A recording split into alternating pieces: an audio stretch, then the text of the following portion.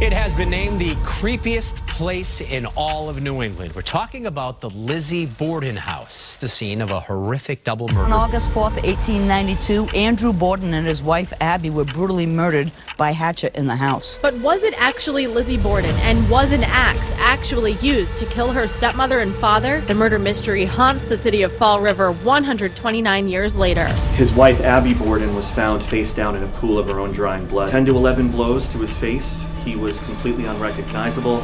Somebody said he looked more like a pile of raw meat than anything human. On tonight's episode of the Paranormal Files, we're at one of the most haunted homes in all of America, the Lizzie Borden Murder House. You know, I'd say protect your energy while you're here in the house. If anything gets really nasty with you, just tell it to stay in the basement. What? What? Oh my God, over there, dude! Murdered! Murdered! Oh, dude! What the hell? Jeff, the stairs! The stairs! Wasn't Lizzie that killed you? Oh! Can you tell me your name? A woman! What? Lizzie Borden! Did you catch that? Was it Lizzie Borden? Oh! Lizzie Borden didn't act alone. Whoa.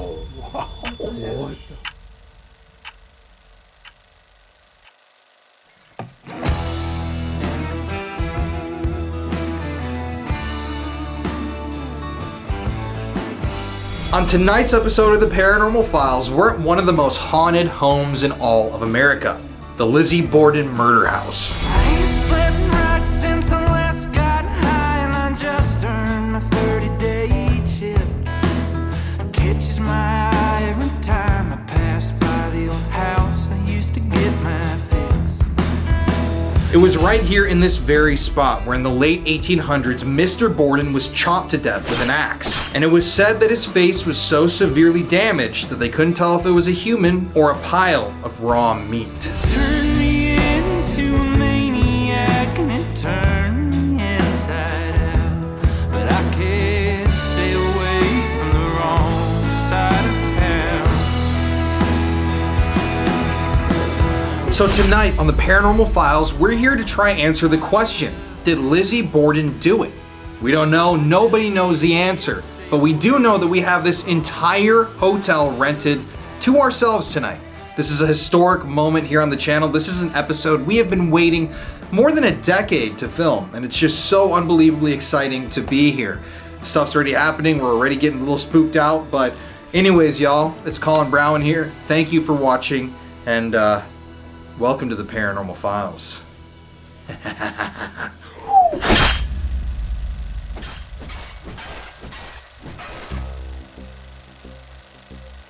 All right, everybody, tonight we are in Fall River, Massachusetts. Ooh.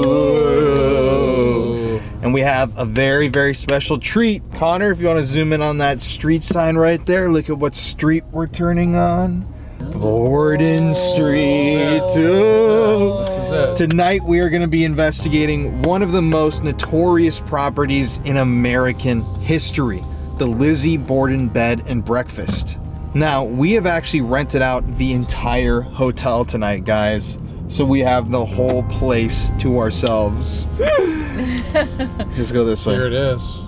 And there it is right there. Oh my God. Gosh, that's it right here. Dude, this has been a dream of ours to investigate for years. Look at it, dude. Oh my God. Wow. You gotta pull in the driveway right here. Right here? Wow, dude. Lizzie Borden. Oh. Okay. Remember when we came here and we couldn't even get in for a tour? No. No. And we came here and we looked, we're like, can we just have a tour? Yeah. No. And we wanted to stay overnight? No. What the heck? We've never stepped foot inside of this location, but Yeah. Oh. I am so excited. I mean, the Lizzie Borden story is one of the craziest, isn't it? Right. Crazy. Lizzie Borden took an axe and gave her mother 40 whacks. And when she saw what she had done, she gave her father 41. Whoa. You guys better be prepared, mother and father. Yeah. We're trying. We're trying. Don't do that to us tonight. I had a Lizzie promises. in my family.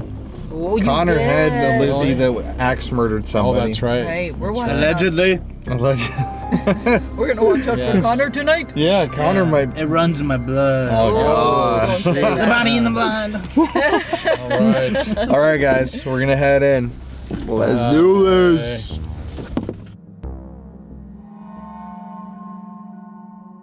Lizzie Borden is one of the most infamous true crime stories, but it also involves one of the most haunted houses in all of America. It's a beautiful location, now a bed and breakfast, and you can actually go spend the night there. Very scary though. I was terrified that I was going to wake up and someone be in my face. Luckily, there was not, that I know of. But from the outside of this place, it is beautiful. The history is absolutely crazy in this house, and I was so excited to get inside. The Lizzie Borden House. Now, guys, the Lizzie Borden House is literally one of America's most iconic haunted houses and haunted locations. I mean, Waverly Hills, Trans-Allegheny, Lizzie Borden House. These are all places that are constantly listed. The Winchester House as being the most haunted, most iconic places in all of America. And I've never been to the Lizzie Borden House before. I stopped by for a tour back in 2019 and they weren't open. So I wasn't even able to go, see the inside of the house. That's why getting the opportunity to actually rent the entire property out, every single room in the house, and have the keys to the Lizzie Borden House, I mean, that's just a monumental opportunity and milestone to reach as a paranormal investigator. And it's creepy. I mean, obviously, every single person in America knows the story of Lizzie Borden and her axe and the dead parents inside of the Lizzie Borden bed and breakfast. It's an infamous story. Now, if you want to hear the full story and you want to get all the details on this exact crime, you can listen to the podcast that I co-host with Courtney, my wife, Murder in America. We actually did a very long episode on Lizzie Borden a year ago. So if you want to listen to that, maybe pause this video, go listen to that and come back because, yeah, there's so much detail in that story. And I'm not 100% convinced that Lizzie did it. I know some people are, but regardless, when we got to the house, obviously we needed a historical tour to figure out where everything went down in there. And in my opinion, this has to be one of the most interesting tours we've ever gotten. You guys are really in for a treat. Hello, I'm Phil Devitt, and I'm a tour guide here at the historic Lizzie Borden House in Fall River, Massachusetts. This home is old. It goes back to 1845, but it's very well known for what happened here on August 4th, 1892. On that day, a gentleman by the name of Andrew Borden was making his way home, right up 2nd Street, outside this front door. And he came in through this door to take a nap on his sofa. And that was the last nap he ever took. Shortly after Mr. Borden closed his eyes, somebody approached him with a rather sharp weapon, and we believe that was a hatchet. 10 to 11 blows to his face. He was completely unrecognizable. Somebody said he looked more like a pile of raw meat than anything human. It got worse because what Mr. Borden didn't know was there had already been a murder here in the house that day while he was out in town doing his business. And it happened right up the stairs over here. His wife, Abby Borden, was found face down in a pool of her own drying blood in a guest bedroom. 19 blows, mainly to the back and side of her head. So very quickly, questions arise here in Fall River. Not only because of the shocking brutality of this crime, but because of the victims. This was a prominent elderly couple who were otherwise under the radar people. Nothing really exciting about them. And then this happened. Who could have done it and why? Well, all eyes focused on Lizzie Borden, who was the youngest daughter of the victims. Lizzie was 32 at the time of the murders. She lived here at home, and it wasn't looking so good for her at first because she admitted to being home during those murders. She had alibis that nobody else could back up. All the doors in the house were locked that day. There were no signs of forced entry anywhere on the property. And so Lizzie, it looks like you're our number one suspect. Lizzie went to jail, awaited trial, and then ended up being acquitted of the murders. The jury decided not enough evidence to convict her. And so she walked free, lived the rest of her life as a free woman here in this city, and nobody else was ever brought to justice for the crimes. To this day, 131 years later, they're unsolved.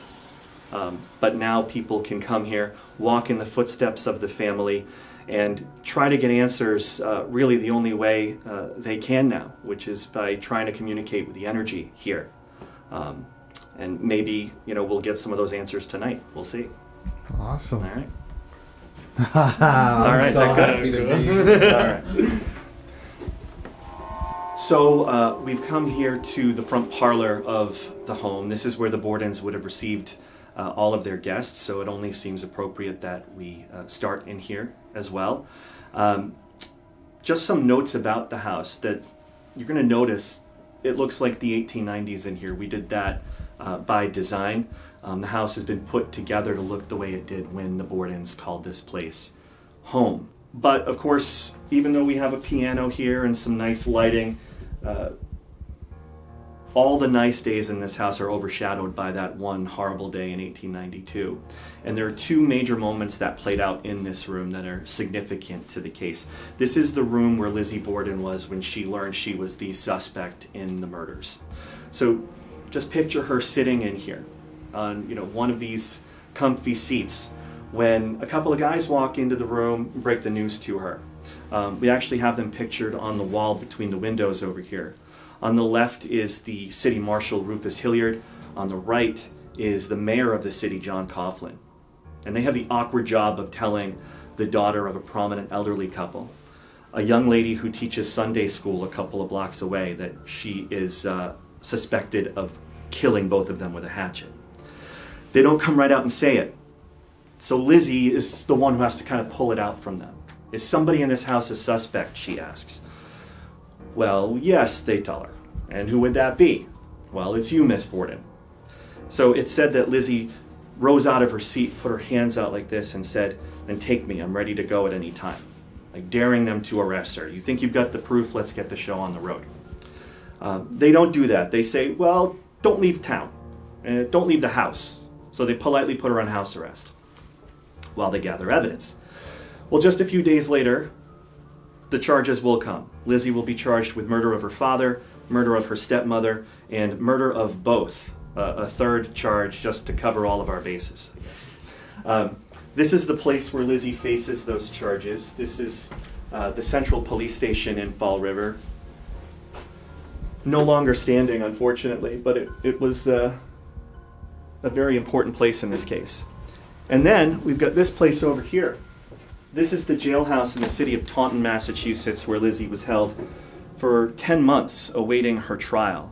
And it was an agonizing 10 months. Even though Lizzie maintained her innocence, she was convinced that this was going to be lights out for her.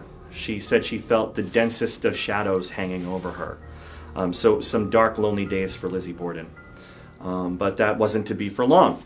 The trial came in June of 1893 in the city of New Bedford, Massachusetts. And here's a little bit more about the trial. If you look up here, you're looking at the 12-man jury that acquitted Lizzie Borden of the crimes. They were in an interesting position. This was the first trial of its kind to be carried over the news wires in this country, which meant that everybody from here to California and beyond, they were talking about Lizzie Borden every day at the breakfast table and at night. It was, and often is, compared to the O.J. Simpson trial of its day, a huge 19th century trial. So these gentlemen took less than 90 minutes to decide that Lizzie was going to walk free. It said they had their minds made up in about 20-25 minutes, but they waited 90 because it just kind of gave a better look. 90 minutes felt better. They brought back the verdict, not guilty, and Lizzie walked free. One interesting note about these gentlemen is that almost all of them, in addition to, well, all of them being male, no women on juries in Massachusetts until the 1950s, I believe, but almost all these guys are English Protestants. This is very important. The Bordens were an English Protestant family. The cops who arrested Lizzie Borden, who were in charge of the investigation in this house, they were mainly Irish Catholic guys. And back then, in this city and everywhere, the English Protestants, the Irish Catholics, not getting along so well. Lizzie walked into court every day on the arm of her Protestant minister. So what a look that was too. And you wonder if the jury, despite what they heard, might have thought, how could this good Christian girl, one of us, do something so evil, so terrible to her parents? We have this picture to this day because Lizzie got it in the mail from the jury. They posed for it, signed the back of it, and gave it to her as a gift after acquitting her of the murders, which is crazy to us now.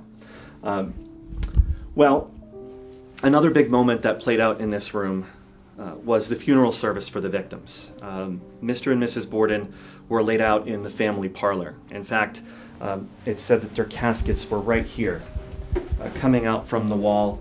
Mr. Borden and Mrs. Borden, open caskets, which once you see the autopsy photos, you'll think why, this doesn't make any sense. But it said that they were open.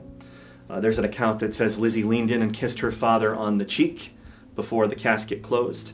That'd be his remaining cheek because the left side of his face was completely demolished. And then out the floor to the cemetery, which is just about a 5-minute drive today. About 3,000 people out in front of the house, though, that morning. Curious onlookers, right? Some of them were in mourning because they knew Mr. and Mrs. Borden, but the great majority of them showed up because they saw this in the papers.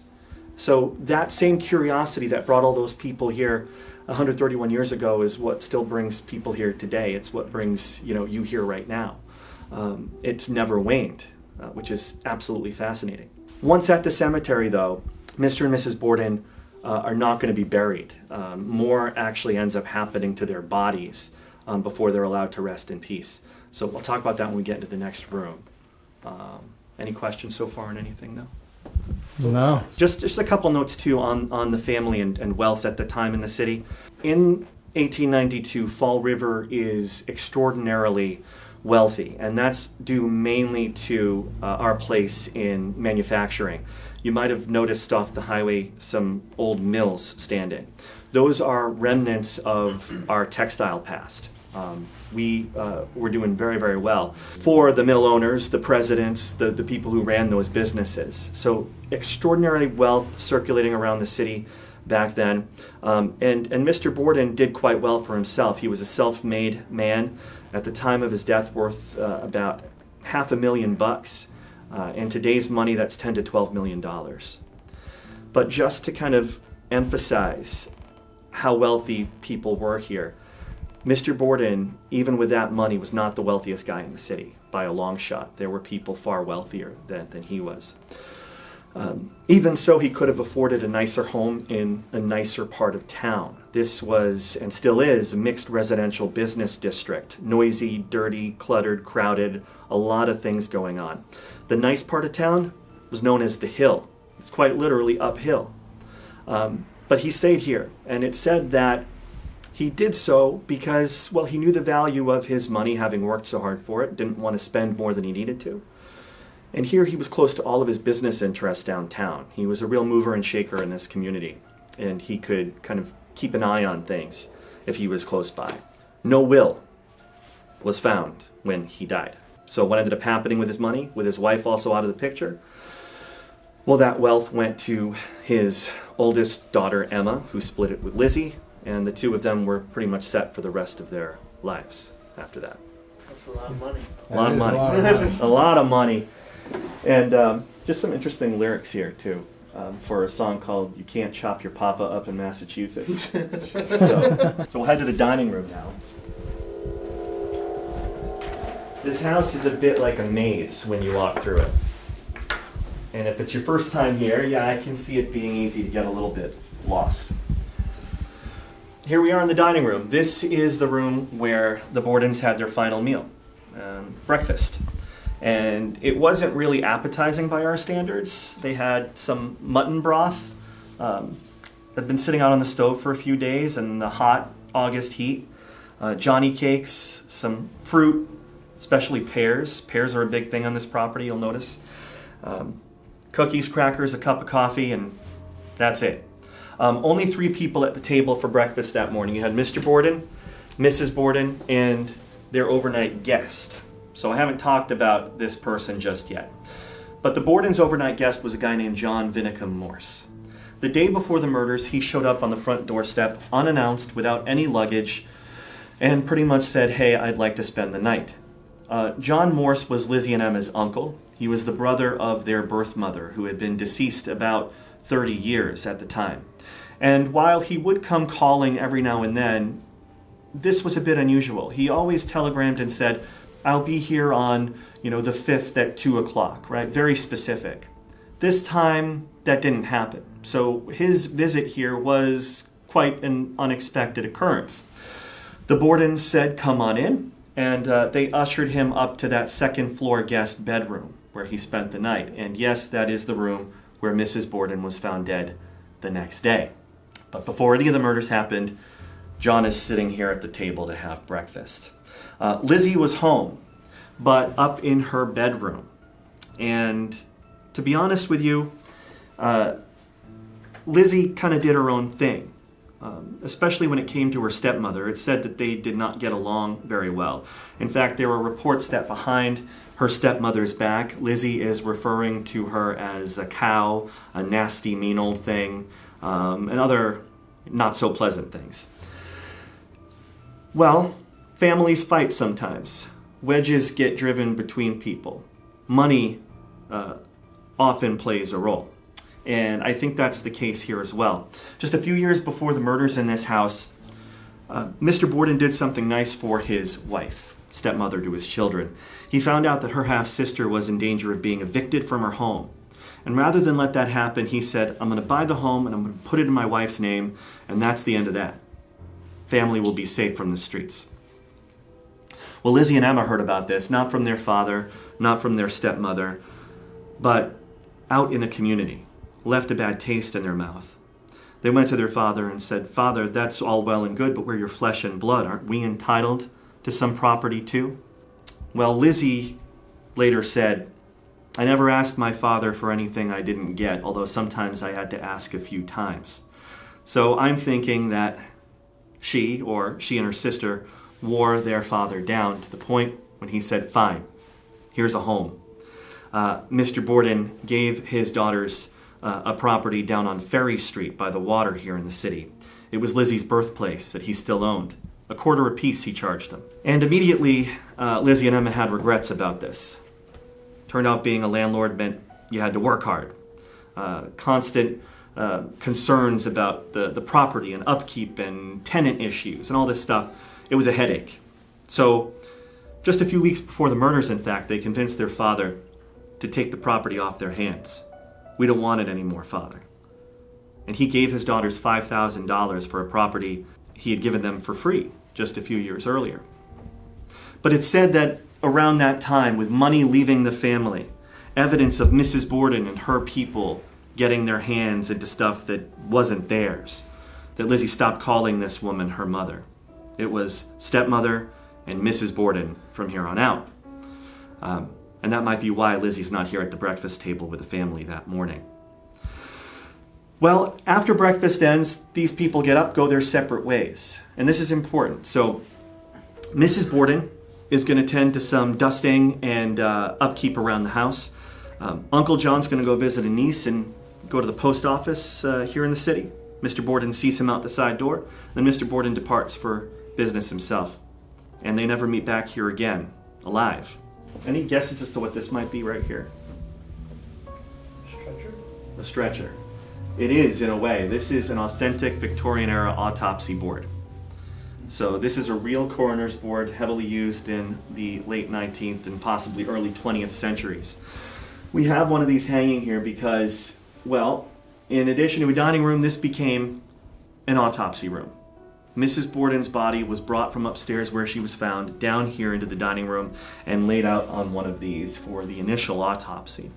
Her husband was autopsied in the room where he was killed. We're going to go there soon. And maybe autopsy is the wrong word here.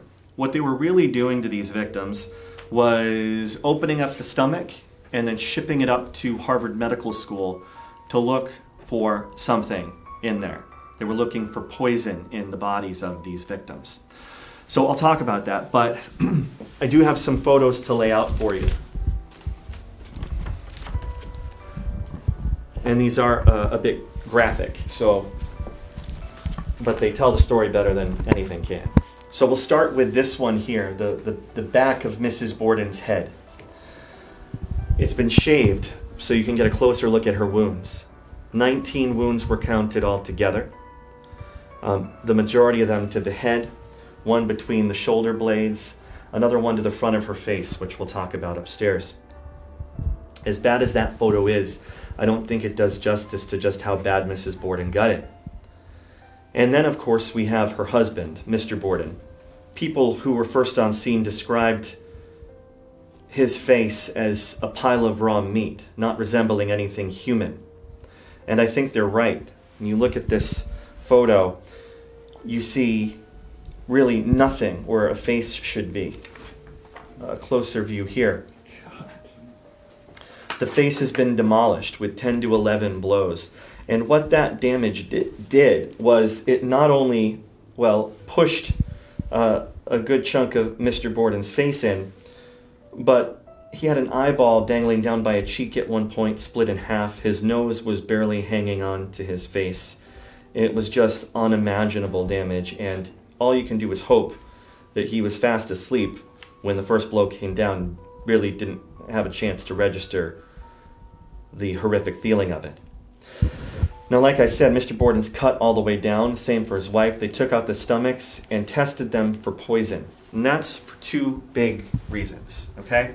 So, reason number one, everyone in this house was sick really in the days leading up to the murder. And nasty sick. We've all been there before. You know, you're sweating, you're getting up in the middle of the night, you're throwing up. It's just not good. Mrs. Borden is so rattled by this sickness the day before the murders that she runs across the street to the home of the family doctor. It's a guy named Seabury Bowen. And she says, Dr. Bowen, I think somebody's trying to poison us.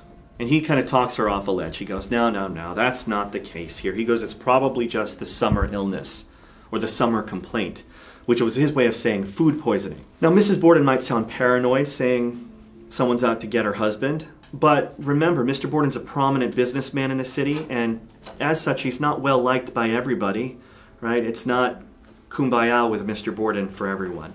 So maybe somebody does have it out for the old man, and they want to take him out with the family. But food poisoning does seem quite likely, given that, refrigeration, not really what it is today, and maybe some nasty swordfish they'd had earlier in the week turned their stomachs. Even Lizzie had reported feeling ill at some point during the week. But then there's more stuff about poison.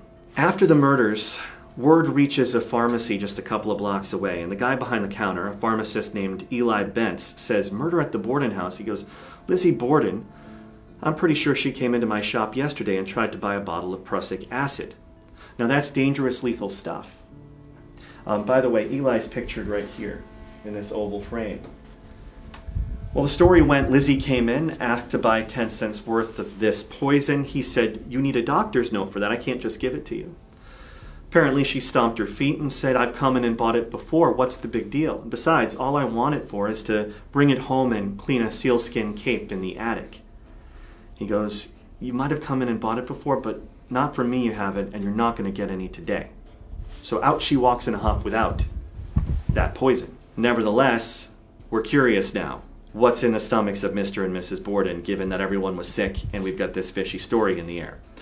Well, no poison was found in the bodies of either victim. So we've hit kind of a dead end there. But it still makes you wonder. By the way, his testimony about Lizzie coming in and buying that poison will never be heard by the jury. It wasn't admitted in the courtroom. You wonder how or if that might have swayed the jury had they been allowed to hear it. Well, even after the funeral service of the victims, which played out in this house, there would be more to do. And that's where the cemetery comes in. This here's Oak Grove Cemetery, right here in Fall River. It's about 5 miles away. Main gate still stands there today. Several days after the murders, after the funerals, medical examiner gets a call and says, hey, we need you to go down to the cemetery and remove the heads from the victims. They're to be used as evidence in the trial. So Dr. William Dolan has the really horrific task of removing the bodies from a holding tomb and bringing them over here to this place right off the main gate. And there in that room, he gets to work. He takes a saw, just like that one there, to the necks of the victims.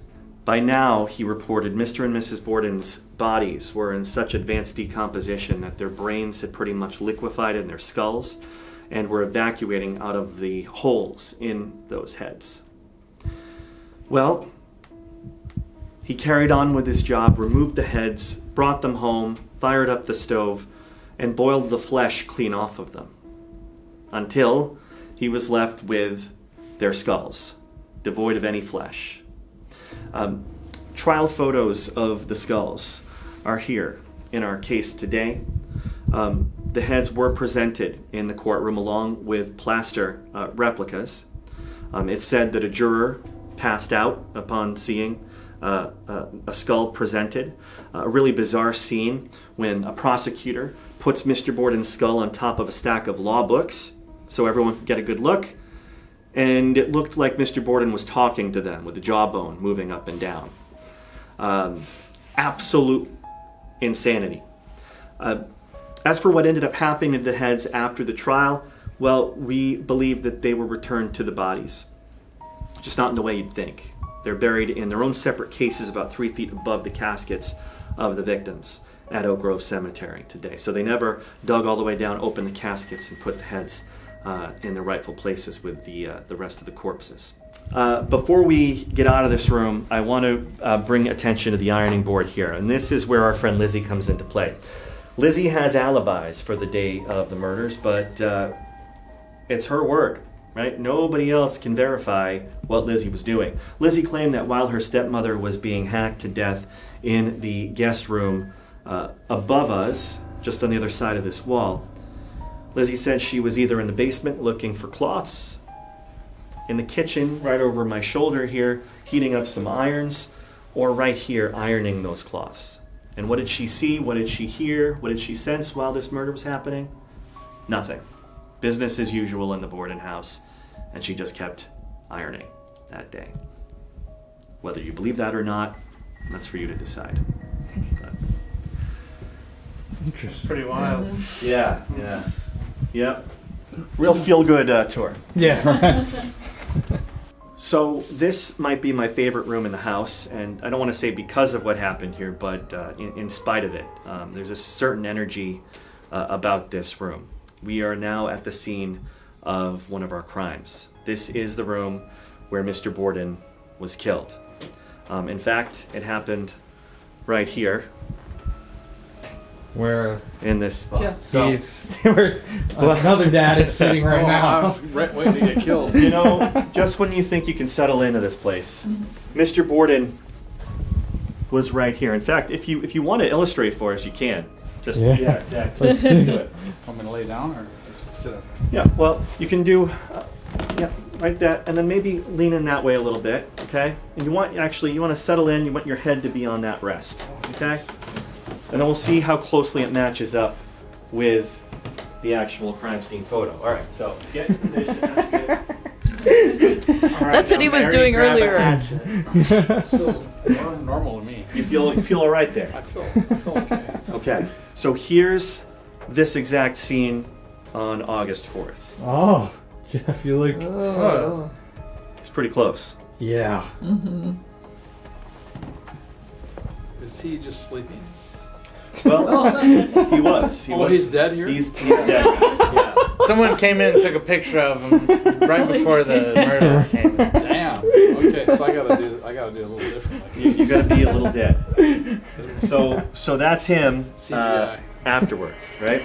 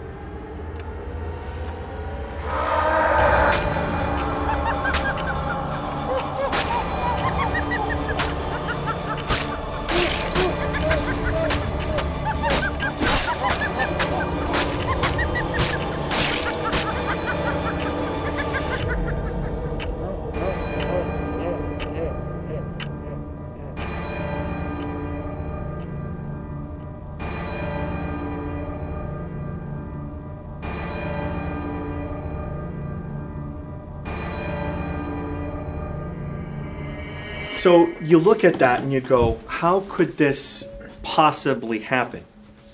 Well, a rather series mundane of events had to take place in order for Mr. Borden to get here and for the killer to get to him.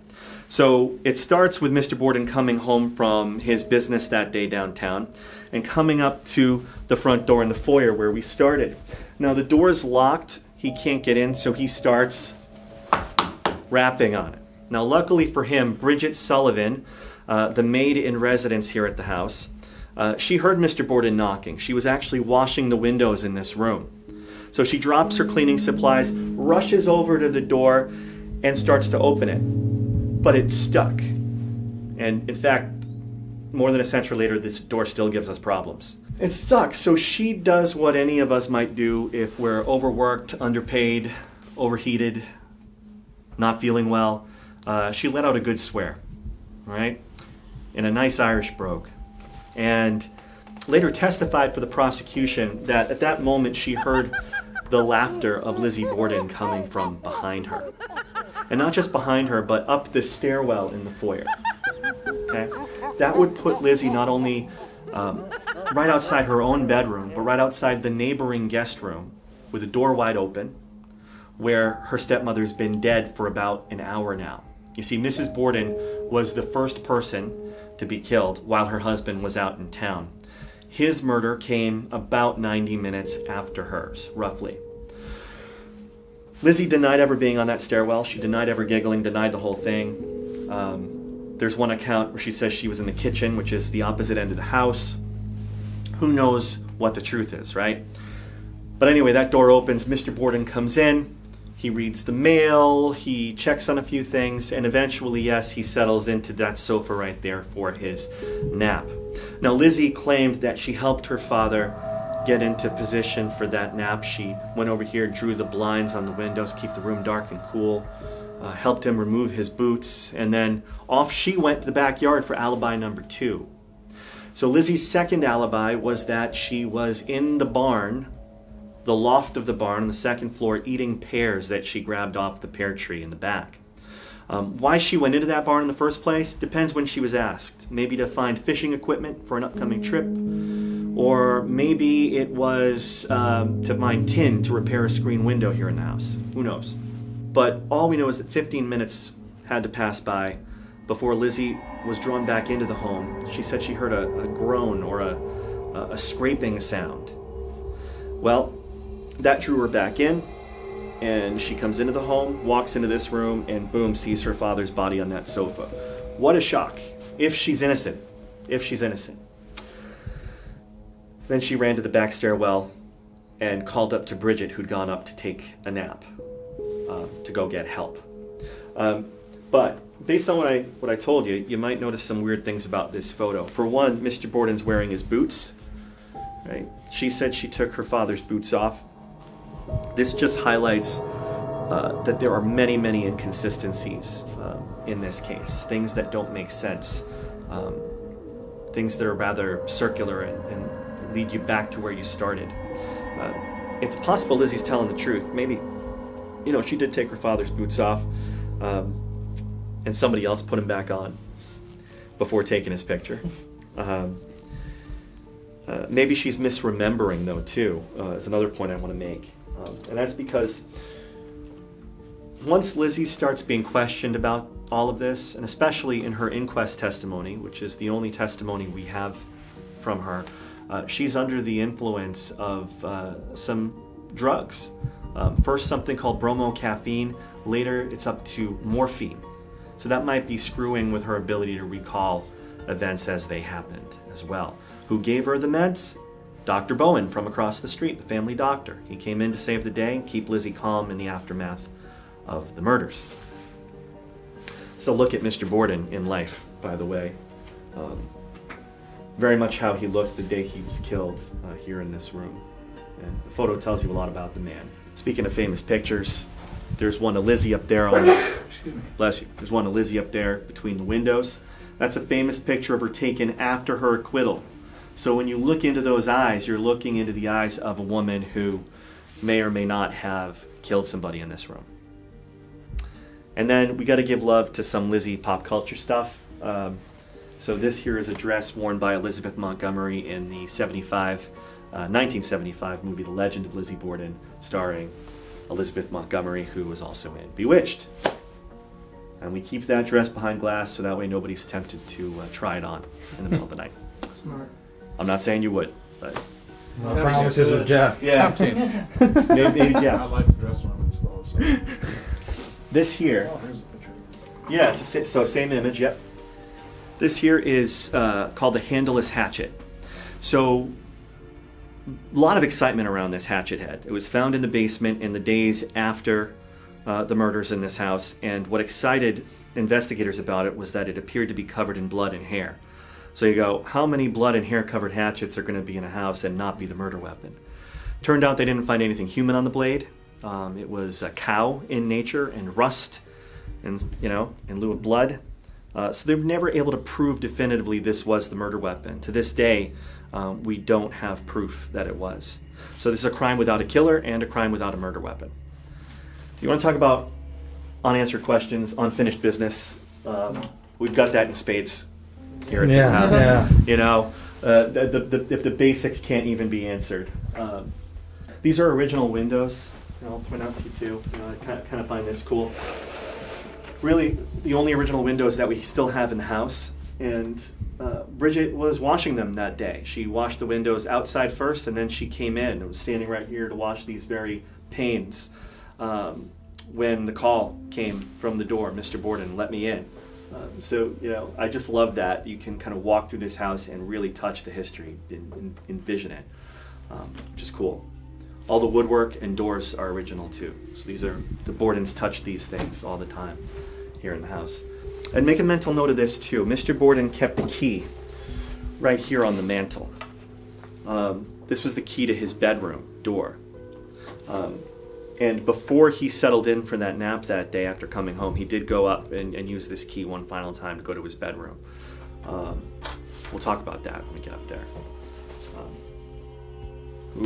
It's St. Mary's Church bells ringing over there. It's an old church, 1852. It goes back to Bridget Sullivan went to church there. Wow. Yeah, so it's still cooking. We'll begin our ascent. So this part, I always find this really fascinating when we're talking about seeing and touching history.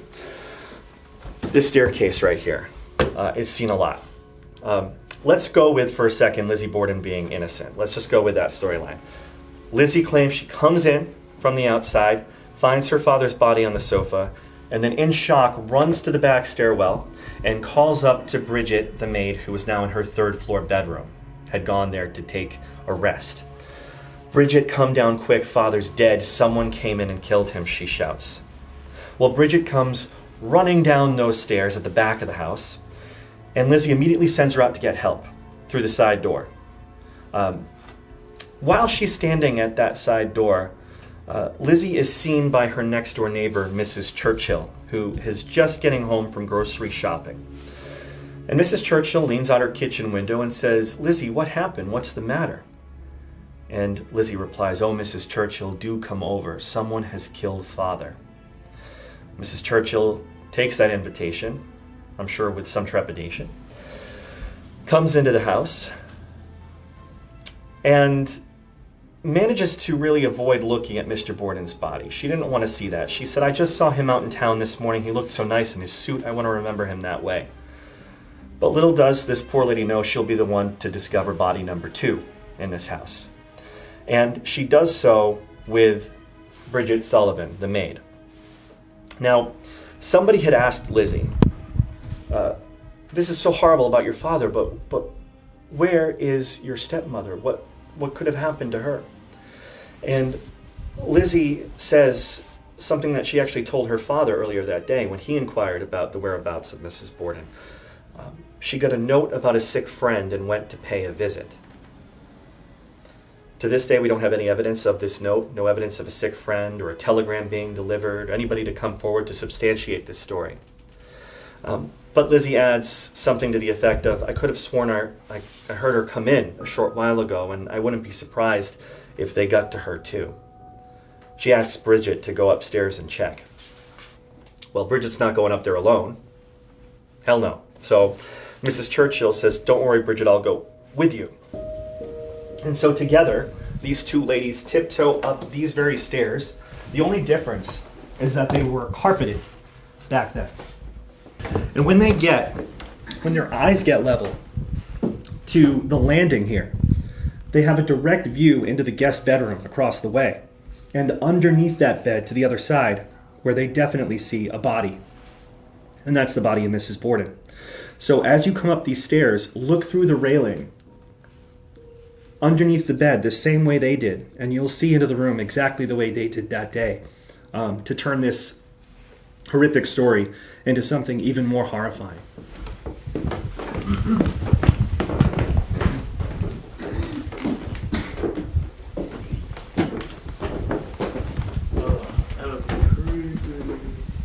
Who's sleeping in here tonight? Connor was gonna. I was going to, and then I saw the picture next to the bed, and I changed my mind. Connor, wise sage. Yeah. This is probably our most popular, well, it is our most popular bedroom.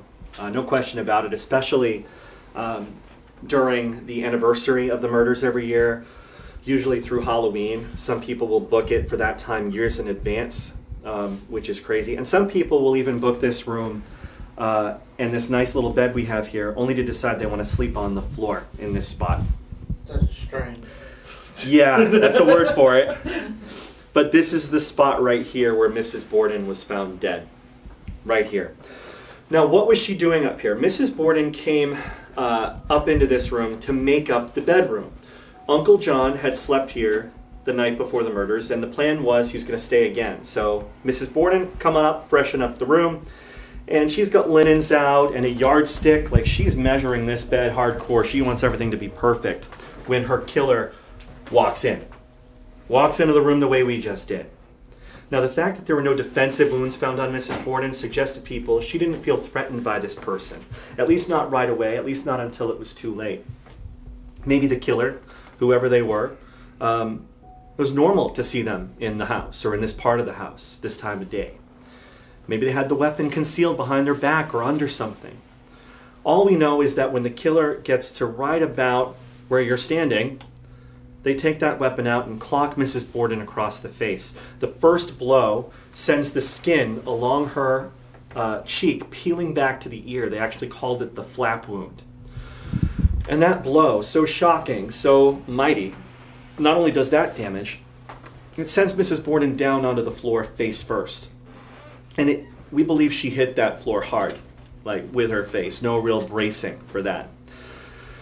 And we also have evidence that she wasn't quite dead right away. You almost wish that it had taken her right out. Didn't. Mrs. Borden tried to get away. Now, if you're in a room with a killer who is now blocking your path this way, and you've got a bed blocking you this way, what might you do to try to escape? Crawl under the bed. Crawl under the bed. Mrs. Borden did try to crawl under the bed. She didn't make it very far, and the killer, noticing this, came around, straddled the body, and laid down 18 more blows.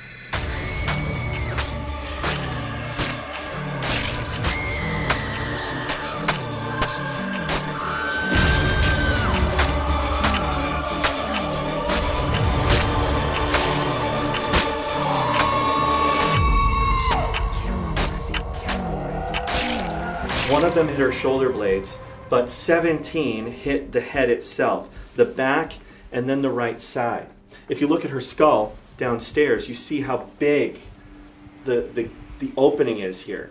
And that's because of those blows. When she was pulled up from the carpet later that day, she was soaked in blood from her head all the way down to her waist. This was brutal. Double the blows that her husband got. Right? So she's killed first, and she got almost double the whacks. This is the work of somebody who's very angry. This feels very personal, too. No question about it. So she has a crime scene photo just like her husband. The crime scene photos are not what we think of crime scene photos today, right? You go to a crime scene now, you take the pictures before you touch anything. It was almost the opposite back then. These are taken late in the day after, investigators and God knows how many people had rifled through the house and propped up the bodies, inspected the wounds. So she's been kind of set back into place here, pulled out from under the bed slightly and laid out flat. That's actually not a skirt around Mrs. Borden's waist there. That's a sheet that the photographer had laid down to cover her legs. It creates the illusion that she's on her knees, but she's actually flat on the ground on her stomach. There's a better view of this over here, where you can actually see the blood coagulating around her head. Little personal details too. Reflected in the mirror is the camera that took the picture, and we've got one of those in the corner of this bedroom as well. So what of the uncle, John Morse? By the way, he's pictured between the windows over there. John Morse, he was the brother of Lizzie's birth mother, and he lived out west, but he'd come here to the East Coast every now and then to do business. He's a bit of an odd duck in some ways. He left here in the morning before either murder had occurred. Mr. Borden saw him out. And then he gets back here to the Borden property around 11:40 a.m. By now, it's obvious something's going on here. Rather than come into the house, Mr. Morse goes into the backyard, grabs a couple pears off the pear tree, just like his niece Lizzie, and eats them, seemingly not too excited or eager to come into the home. A cop actually ends up talking to him, informing him about what went down.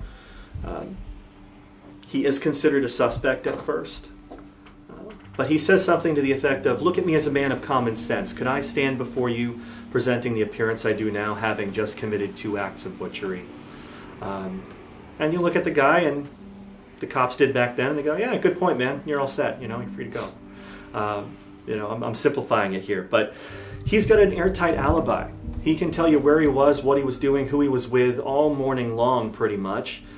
He has this bizarre account of riding a streetcar in this city, and 6 priests got on to the streetcar with him. Well, cops went back, interviewed the driver of that streetcar. He said he didn't remember this John Morse fellow, but he remembered the priests. Things like that, good enough for the cops once they checked it out. Nevertheless, people come here and still very suspicious about John and what he may or may not have known to this day. And his name does come up in some of the paranormal investigations that we have here at the house. Quite frequently, to be honest with you. There's one story I read about Uncle John. Said he was a big believer in the paranormal.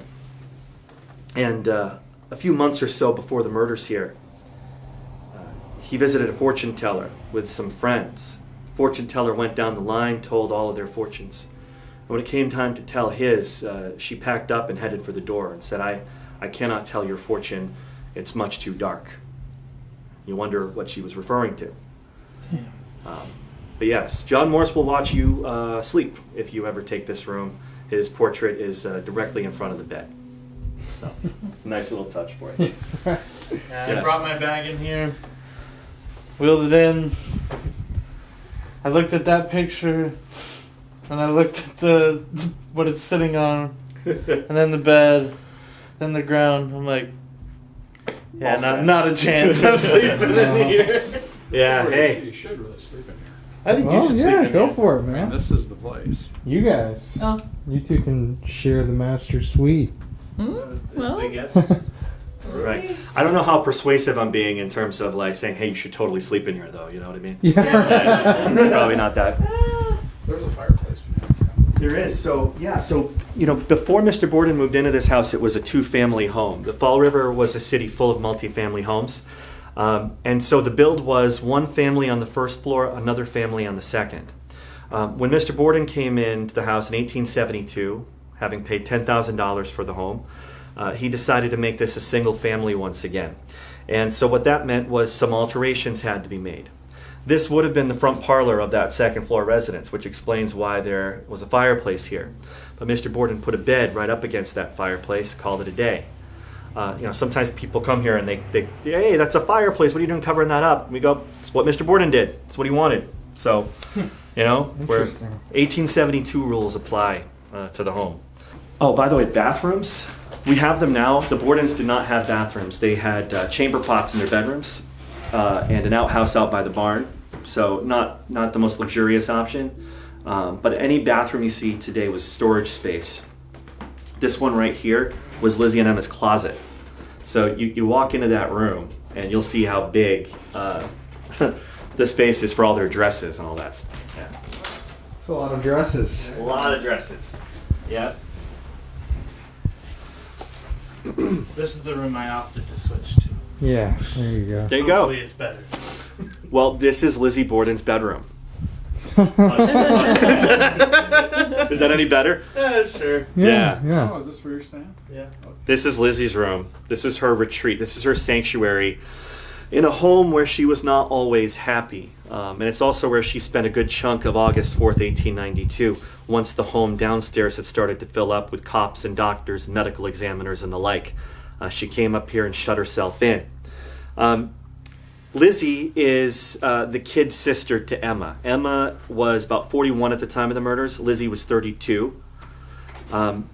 They'd lived here a good chunk of their lives, 20 years at this point. You'll notice this room is big, and the one right next door to it here is tiny. That was Emma's bedroom. Now, you go, isn't the older sister supposed to have the bigger bedroom? Well, she did for many, many years, until about 2 years before the murders. That year, 1890, Lizzie went on her grand tour of Europe. This was a 19-week trip, fully funded by her father, Mr. Borden, right? So even though he was known as a bit of a penny pincher, he could spend money where he saw fit, right? It's not all black and white with him. Lizzie came back with a lot of stuff. Trunks full of souvenirs, so much stuff. And she put a bug in her sister's ear. Hey, can we switch rooms, right? I can picture her saying, you've got all that space, you've got the natural light, you've got that beautiful case in the corner. Can I have your room? They swapped rooms. Emma took the tiny room. And that was that. Now that was like Emma to do, okay? This here is baby Emma on the lap of her and Lizzie's birth mother, Sarah Anthony Morse Borden. Sarah died when Lizzie was just 2 years old. Lizzie was a baby. She doesn't remember her birth mother. The cause of death was uterine congestion and spinal disease. But Emma was old enough to remember their birth mother.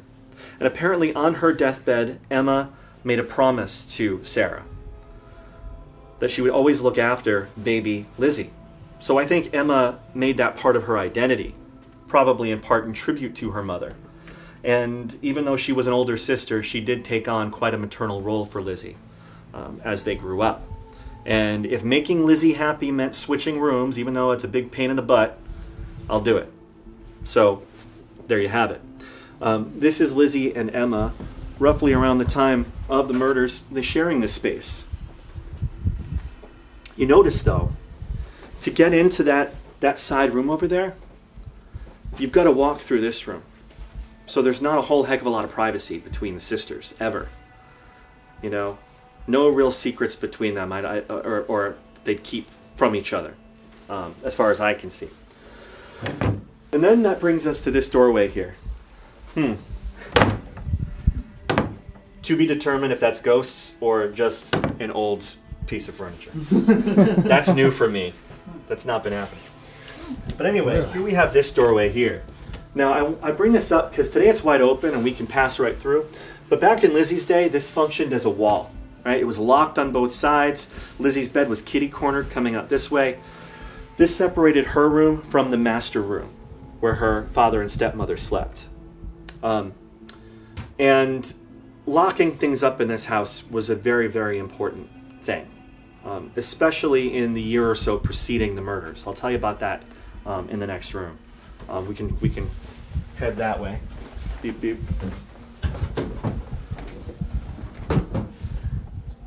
We've made it to the master suite. This is Mr. and Mrs. Borden's bedroom. And they're separated by a wall from Lizzie's room. Her bed would have been on the other side of the door over there. And so sometimes I wonder, when she kind of rested her head on the pillow at night, what was she hearing? Was she hearing any conversation between husband and wife? Was she hearing anything about finances, about plans for estates and, you know, all that kind of stuff? You know, it's pure speculation, I don't know, but I do think about it from time to time. I like this room because, well, selfishly, if you like having your own bathroom, it's the only room in the house where you get your own bathroom. Pretty good. But it's also the scene of another crime that played out in this home. So about a year before the murders, somebody broke into this house in broad daylight, and they put kind of like a pin in the keyhole there, the door, got in, came upstairs, and the only items they took were from right here in this space, specifically the room adjoining the master suite. Today it's a bedroom, so this one right over there. Today it's a bedroom, but back in the Bordon's day, it was Mrs. Borden's dressing room and Mr. Borden's office. And stolen were about $70 to $80, trolley tickets, coins, I think some jewelry, little things like that. Mr. Borden got in touch with the police, launched an investigation. They couldn't find the person responsible for this. Well, around that time, though, it said that Mr. Borden becomes really concerned with locking things up in the house, and he installs a lock on his bedroom door, and he keeps the key to that bedroom door down on the fireplace mantle in the sitting room. Why? We don't entirely know, but we speculate, some of us do, that maybe he's sending a message to folks under his roof saying, I kind of have a feeling it was one of you who did me dirty, messing with me, and I dare you to go ahead and do it again. There's the key, help yourself, that kind of thing. We just don't know. What we do know is that this room tends to be a generator of activity for us in the house during investigations. All rooms are, but this one comes up over and over again. We'll have folks sleep in here and say they felt their sheets being messed with in the middle of the night, felt somebody standing over them, watching them, saw a mist or a shadow out in the hallway or on the stairwell just on the other side. And we'll even have people say they see a woman standing in the window over here, which looks out into our parking lot. I believe somebody even captured what they believe to be a face in that window one night as well. So you never know what you're going to get here at the house. I do want to point out to you, we don't have many pictures of Mrs. Borden in life, but here she is. That's Abby Borden. Oh yeah, sorry about that. That's Abby Borden right here.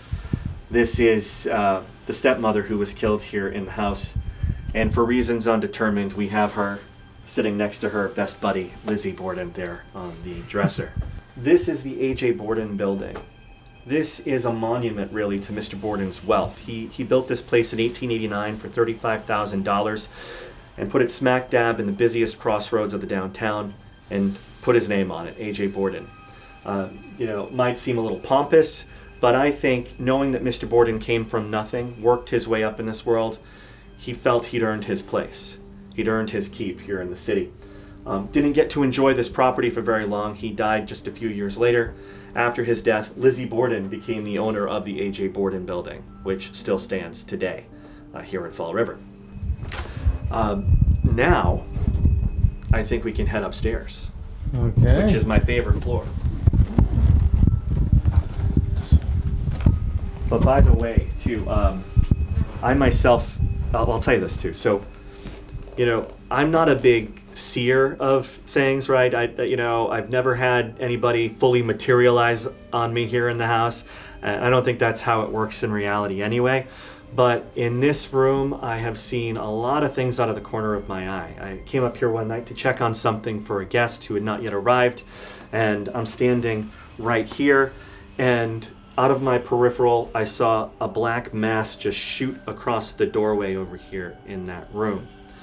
2 nights later, during an investigation in this house, we ended up in this room, and all of our devices were lighting up and going crazy right there in that back corner. So whatever's going on in there, I'm not entirely sure, but there's something going on in there. In that room? This one, yeah. This little That's what one I'm right over saying. here. Great. Yeah. So that was Mr. Borden's office. So that was a very important place to him. Up we go. It's my favorite floor. This humble little space was Bridget's room. And you've already realized you have to watch your head up here. Slanted ceilings were up at the top of the house at this point. And even though this is really kind of cute and cozy, it wasn't always this way, especially when Bridget was here. It would have been darker, it would have been a bit drab, you would have had planks on the floor, not a lot in the way of carpeting or comforts. It would have been cold up here in the winter and hot up here in the summer. Not very glamorous at all. But here, Bridget Sullivan, the maid, could get some peace and quiet when she wasn't working for the family, going up and down those stairs a million times a day. Bridget had come up here to take a little rest around the time that Mr. Borden was killed downstairs, and she's lying in bed here when she hears Lizzie make the call, "Bridget, come down quick, father's dead." Not a lot of pictures of Bridget either. Here's one of her in her younger days. Not the most flattering image, but it's the only one we have of her as a younger person. But about 13 years ago, her nieces came to visit us here at the house. And they brought with them some photos that we got to keep. And here they are. These are photos of Bridget Sullivan later in life. Bridget is the longest living member of this whole affair. She died in 1948 when she was 82 years old. And if she knew exactly what went down in this house, she took it with her to her grave. We don't have any hard proof that she, came out and spilled the beans or, kind of gave her 2 cents.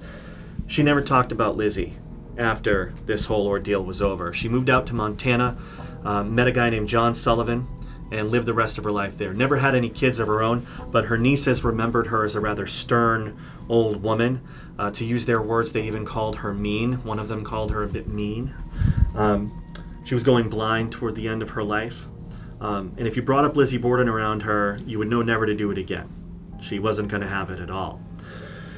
So Bridget remains a mystery to us in many respects, too. She's buried out there in the town of Anaconda, Montana. Oh, we were there. Mm-hmm. We were there like 2 months ago in Anaconda. Anaconda, Montana. Anaconda, we filmed there. Wow. That's crazy. That's a tiny town.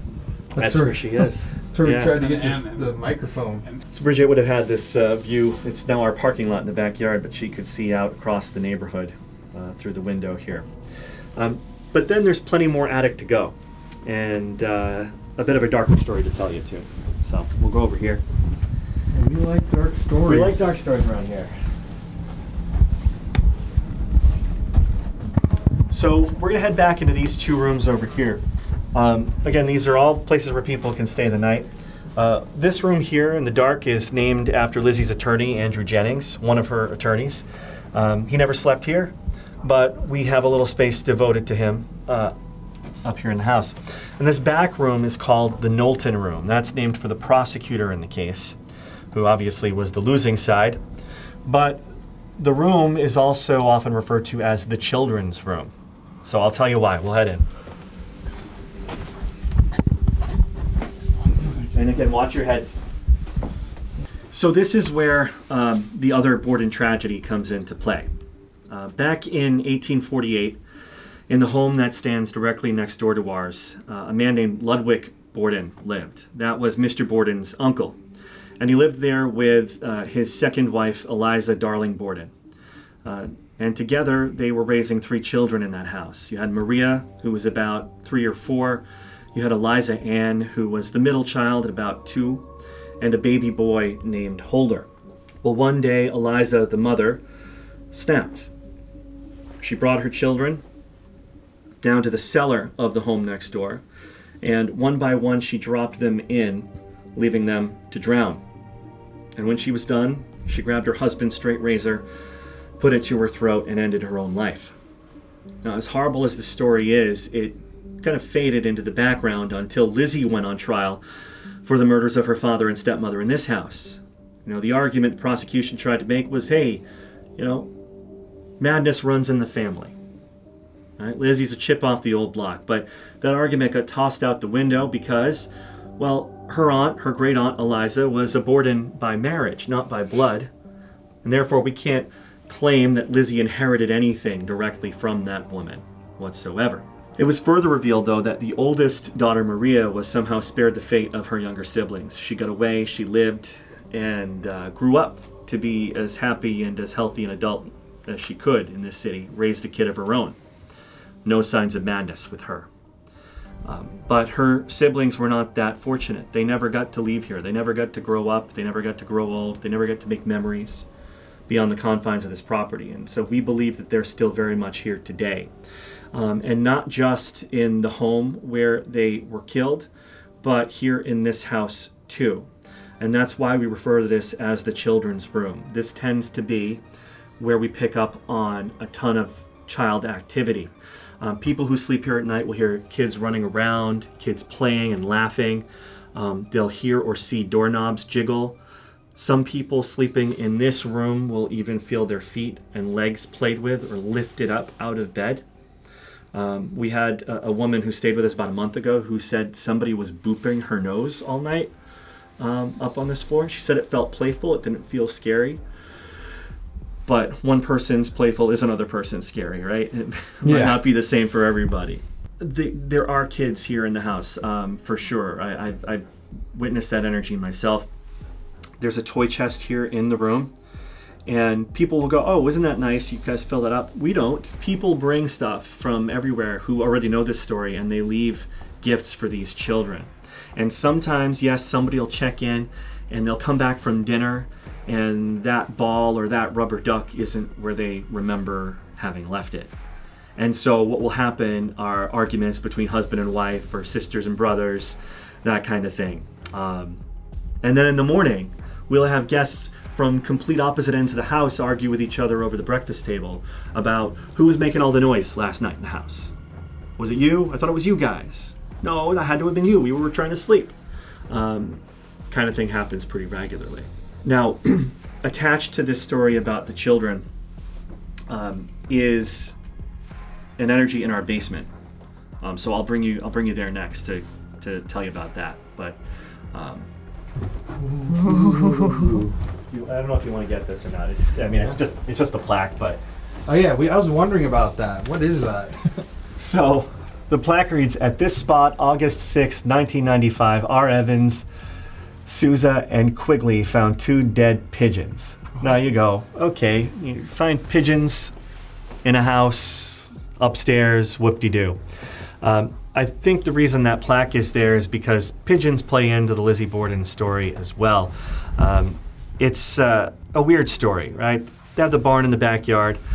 Apparently there were pigeons back there, and Mr. Borden killed them. Lizzie testified by twisting their heads off.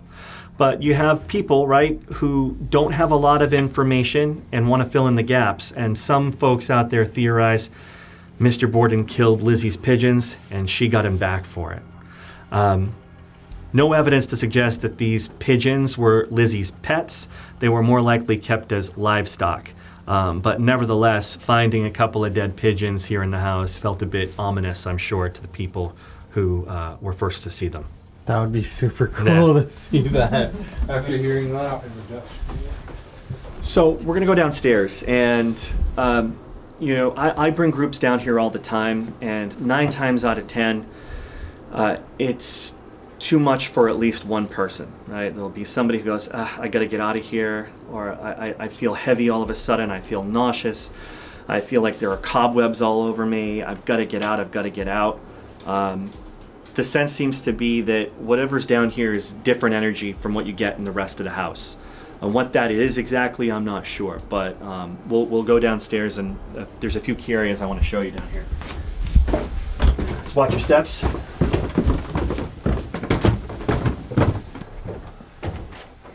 There are 3 key areas of the basement to point out to you. This is referred to as the under the hatchet room here in the house. And that's because it's directly under the spot where Mr. Borden was killed. And when he died, there was blood, and a good chunk of it actually spilled right down into the floor. It cascaded down from his head wounds into the carpet, soaked through the floorboards, and dripped down here into what used to be a dirt floor right here in the basement.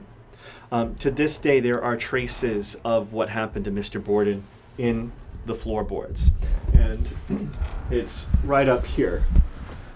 Oh, yeah, wow. right there. That's his blood. Yeah. That is crazy. Still here, all these years later, which is, mind-bending. This room is kind of set up with some chairs and stuff. We use this for investigations regularly. And this, to me, it feels like a bit of a portal in the house. Just crazy exchanges of energy in here. This is the room where people do tend to start feeling sick, and I have to usher them out or go get them water or what have you. This is where our devices tend to go crazy. I've heard knocking in here before that I can't explain. And you know, not just old pipes making noises in winter. It's like deliberate, you know, quick hits, consistent 3 or 2 at a time, depending if we want a yes or no answer. So I love this room. This room it's got a bit of a dizzying effect to it. I don't know if you guys feel that at all, or if I'm going crazy. You know, there's this story. I could have some of the details wrong about a guy. This home remained a private residence after the murders here. People lived here and went on with their lives. And there's a story, I think, in the mid-20th century of a guy who was going to have some work done on a wall. And he figured, it's a perfect time to play a joke on some of the construction crew. So he hid a hatchet in a wall that he knew was going to be taken apart. And sure enough, guy goes in, finds that hatchet, and goes crazy. He goes, I can't believe it, I found the murder weapon. And he apparently let him believe it for like a half hour or something before he told him the truth. Yeah. You know, kind of a bummer. So we'll head, this is kind of an awkward configuration just because we use it for storage as well, but this back corner here, people, if they're sensitive, will have a hard time back here for more than a couple of minutes. Because they take on the emotions of the spirit that we believe to be here. And that would be the spirit of Eliza Darling Borden, the mother from next door. We have gotten her name, first, middle, and last, time and time again. And we've had what we believe to be intelligent communication with whatever's back here. Flashlights going on and off at our command, REM pods lighting up, doing their thing. Not to mention the feelings that people take on back here. So yeah, we've got a lot of stuff here at the moment, but I'd say it's definitely worth your time to spend a little bit of time in this back part of the basement. We're also in the area where that handleless hatchet was found, that everyone believed to be the murder weapon, but was never proven so. So people sometimes want to know what that was all about and where it was. Yeah, cops were down here digging around, and one guy, thinking he'd struck it big, said, aha, I found it. Of course, that balloon would be deflated later on, like a lot of other balloons. But and now the other part of the basement I want to show you. Turning around the cattle car. Go ahead. Oh, thank you. That way you're not laughing. So I want to set a scene for you. The night of the murders, as hectic as it was, Lizzie Borden spent the night here. And her best friend Alice Russell had come over from just around the corner to be a good pal and stay with Lizzie, make sure she was okay. Well, around 9:30 or so that night, they see the last police officer out the front door. And shortly thereafter, they come down here into the basement, holding kerosene lamps. Now, a police officer patrolling the yard for the night could see this take place. He's watching through these very windows. And he sees Lizzie and Alice make their way right over here to this spot. In this spot, there was a toilet. You know, not the way we'd think of one today, but they had another option down here in the basement. So the officer kind of says, okay, I'm not going to be weird. I'm going to let them do their thing. And they do. And then they go back upstairs. But about 15 minutes later, that officer sees in the darkness of this basement another light. And it's coming down the stairs. And this time it's Lizzie Borden alone, holding that lantern to her face. And rather than come over here where she was before, Lizzie ends up crossing the basement, heads to the other side. And this rings alarm bells for this officer. He goes, what is she doing? She was just here. He wants to see what she's doing. And so around the perimeter of the house, he follows her until he makes it to the back window. So we'll walk in her footsteps that way over here.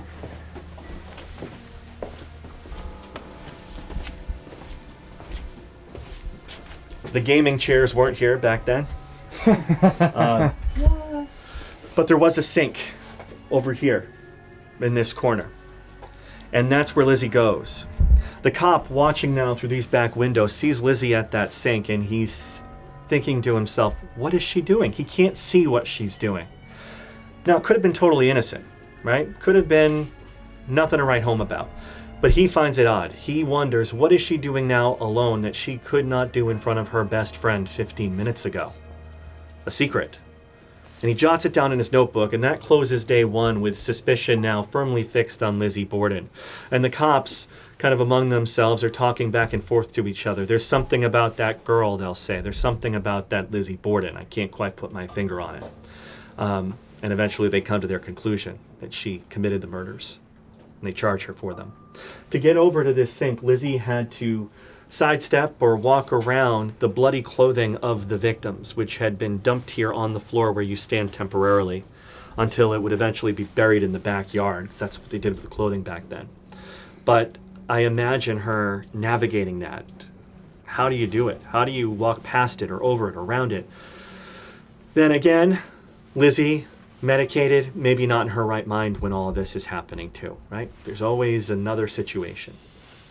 This is sort of the washroom area of the basement.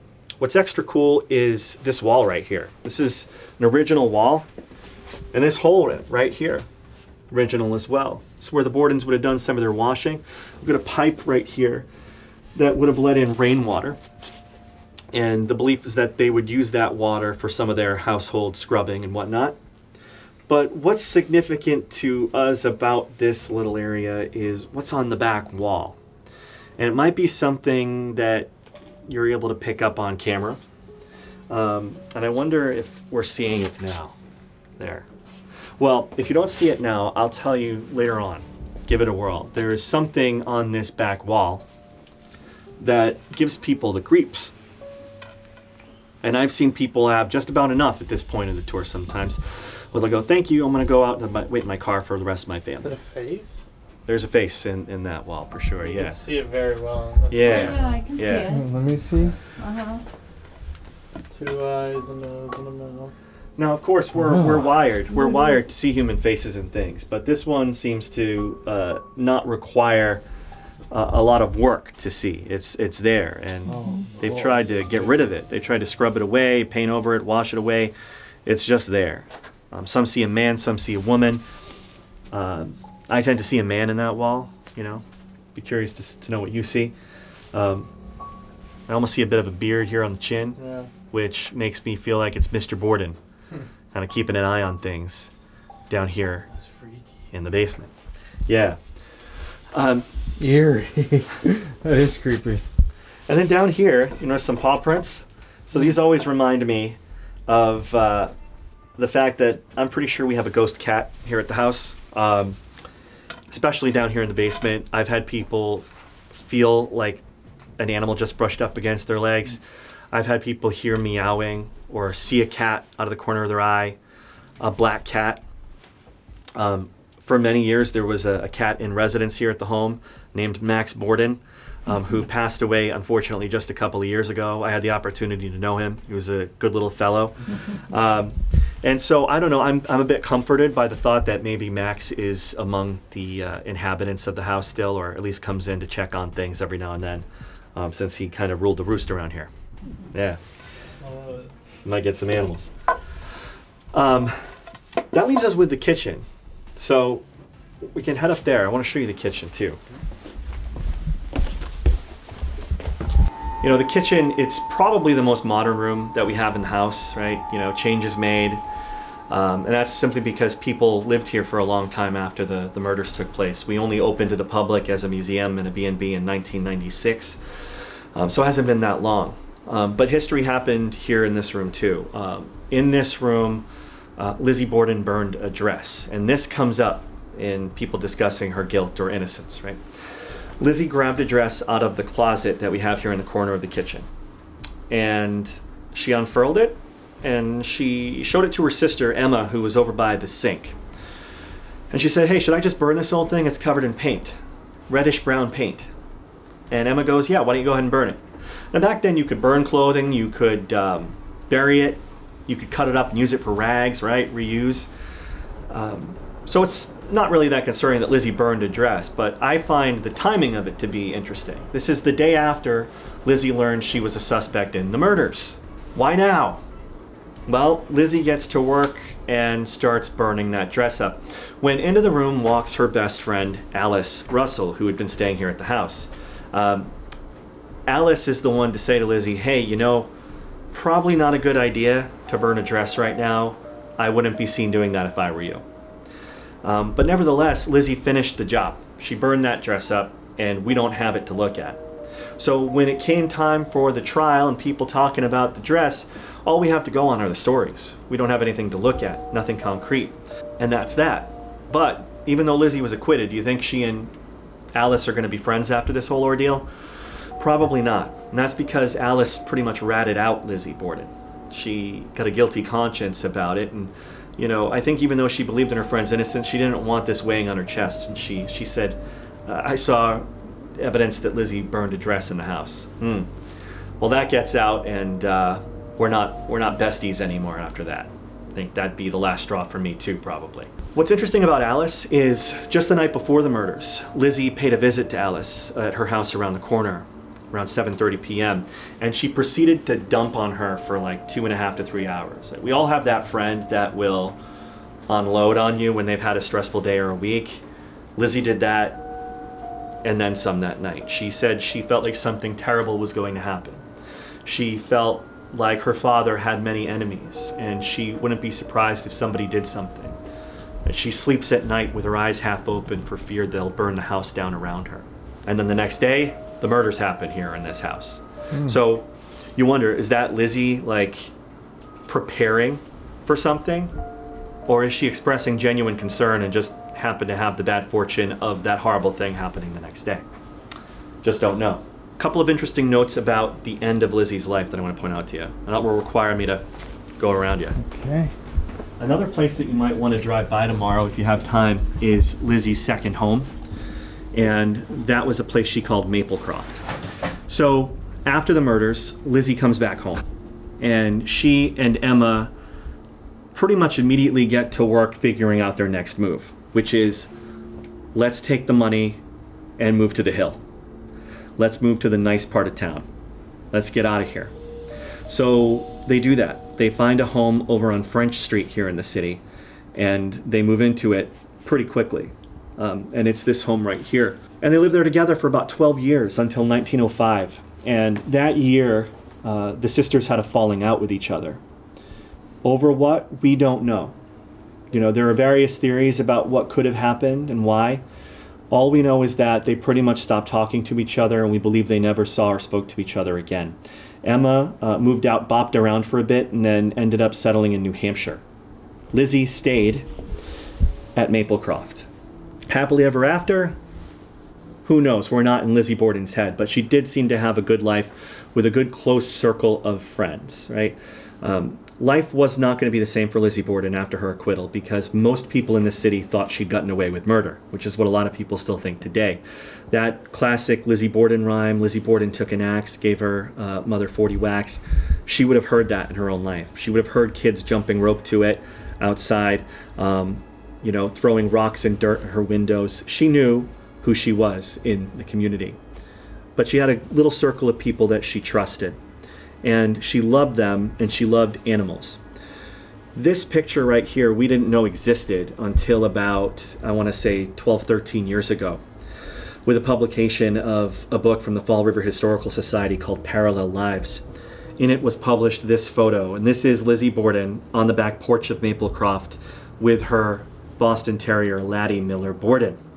And it paints a different picture of Lizzie Borden, doesn't it? It shows this sweet, kind of older woman doting on her precious four-legged friend. 1916, Lizzie would have been in her mid-50s at this point. Lizzie was very generous. She gave to charity. She gave to the animal shelter here in the city. She gave to the people who worked for her and their families. Very, very kind and thoughtful and giving, which is at odds with the picture we have of her. One thing I always think about is it possible for Lizzie to have been this sweet, generous person in the latter half of her life and still have committed the murders here that day? Totally possible, but it's hard for me to put that together when I look at this sweet photo. Lizzie died at home June 1st, 1927, when she was 66 years old. She'd had a series of health problems. And she requested in her will that she be laid at the feet of her father at Oak Grove Cemetery. And so today, Lizzie is buried directly beside the two people she was accused of killing in this house, per her wishes. And buried with her is her sister Emma, 9 years older than Lizzie. She died 9 days after Lizzie. And buried with all of the Bordens are the answers to the questions that we still have about what happened here. These are answers that we may never get in reality through, documents, through people coming forward, through a smoking gun. But they're answers that we really do try to get by connecting with the energy in this house. And maybe someday we'll have a complete picture. Until then, who knows? Yeah, so there you have it. Oh, by the way, so this is up near Boston. This is a grave for her dogs. Wow. So she was the type to she'd go to the pet cemetery. I'm going to bury my pets at the pet cemetery. So that's how much she loved her animals, right? So that's up there in Dedham, just outside of Boston. So who do you think did it? What's your opinion? The $1 million question. Who do I think did it? I think most of the time, as I walk through this house and go through what we know, that Lizzie Borden did the murders, or at least had a hand in them. I see it being very difficult for her to not at least have some knowledge about what was going down that day. She was home. The doors were locked. She's got alibis that nobody else can back up. I see her potentially having motive, right? But maybe a conspiracy of some kind, right? I'm not beyond thinking that maybe Lizzie and the uncle, or Lizzie and her sister, or Bridget maybe had some kind of, plan that they put together. Just don't know. I just don't know. And the longer I work here, as odd as it sounds, the less I care to know. For me, what's so appealing about this place is not the promise that we're going to solve it, but the mystery itself. It's walking in these people's footsteps, trying to put myself in their shoes and imagine what their lives and deaths were like. But if you happen to crack the case while you're here and write a book and make a lot of money off of it, I want maybe just like a fifth of the proceeds or something. That's it. Yeah, that's it. That's all I want. But it's hard to say. It's hard to say. I was gonna say, what are the most active rooms in the house? Would you say? I'm aware of activity happening in just about every room of the house.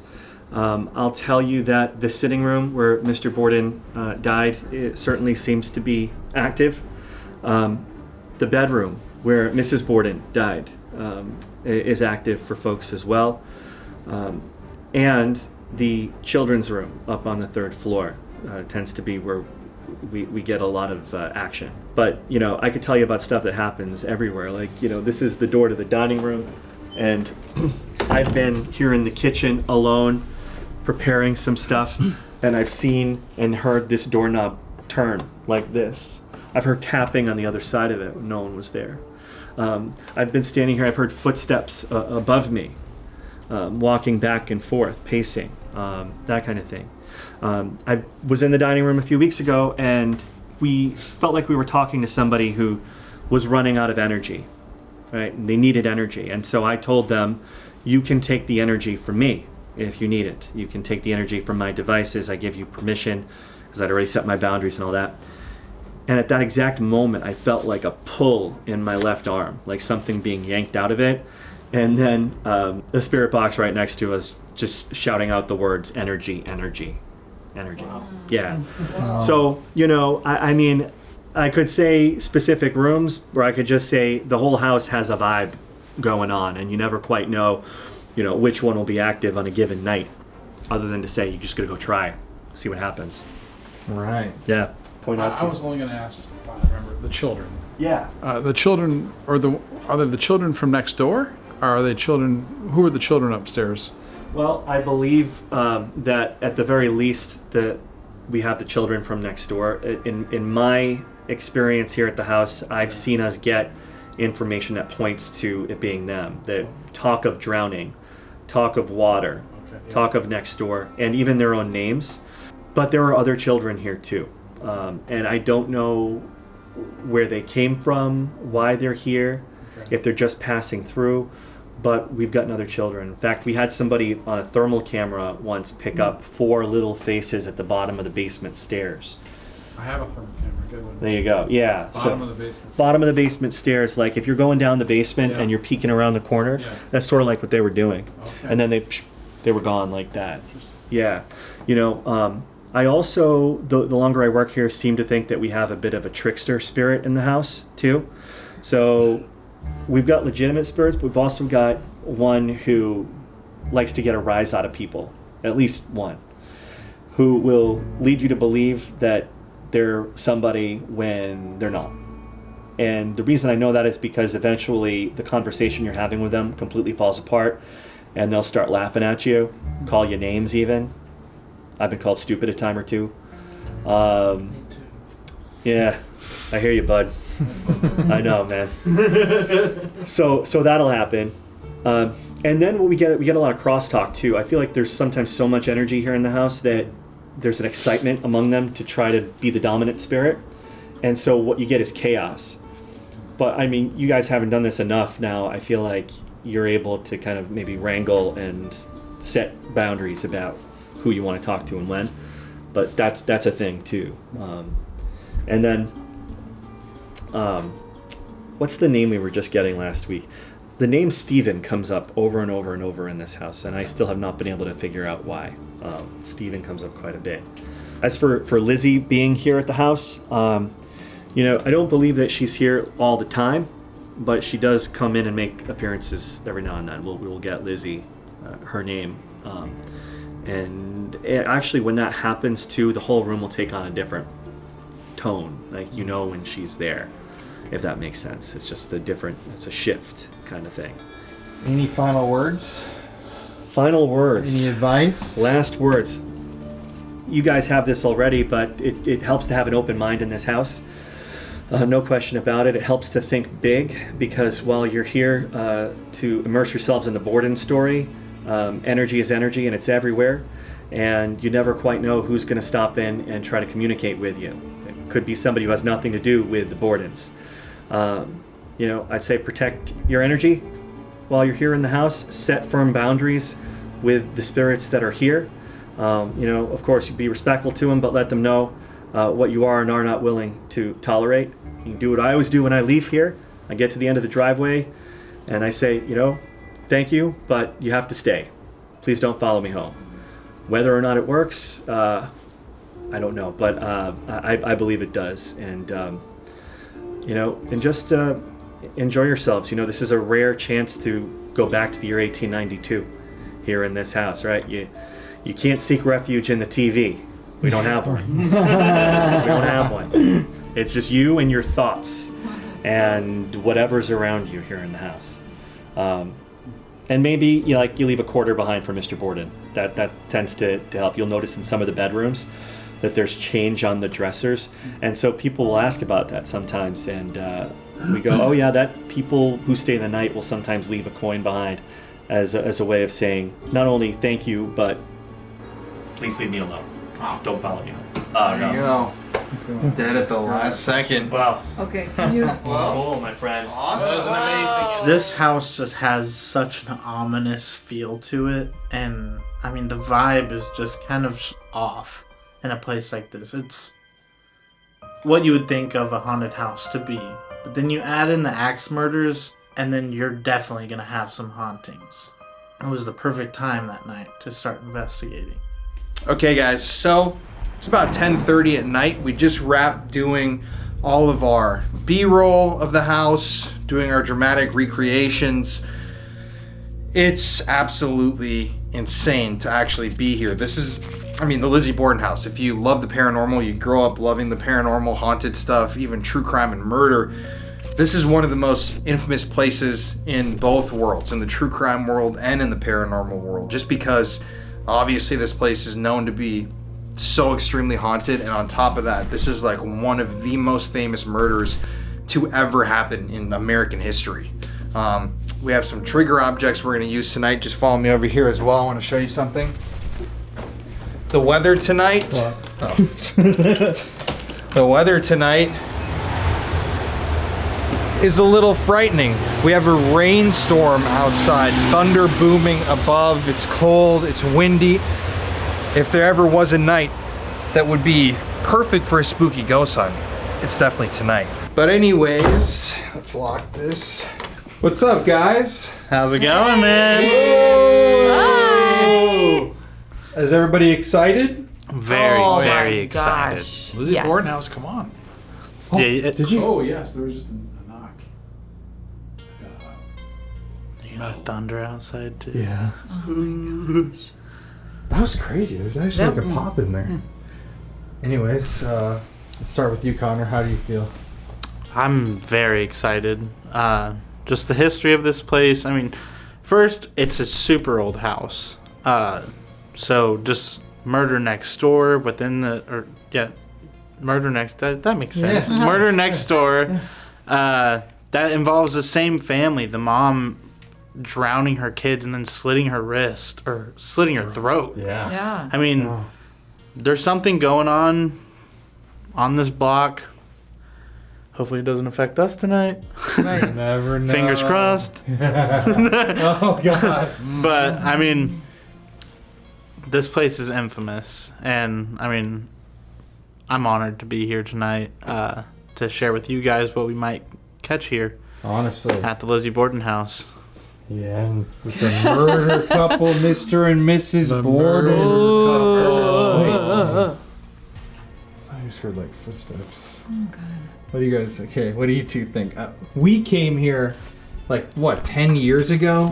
And we wanted to get in, but we couldn't even get in for a tour. They were all booked. Wanted to stay overnight, could not stay overnight. Had to go home. So super excited to get to be here. Me too.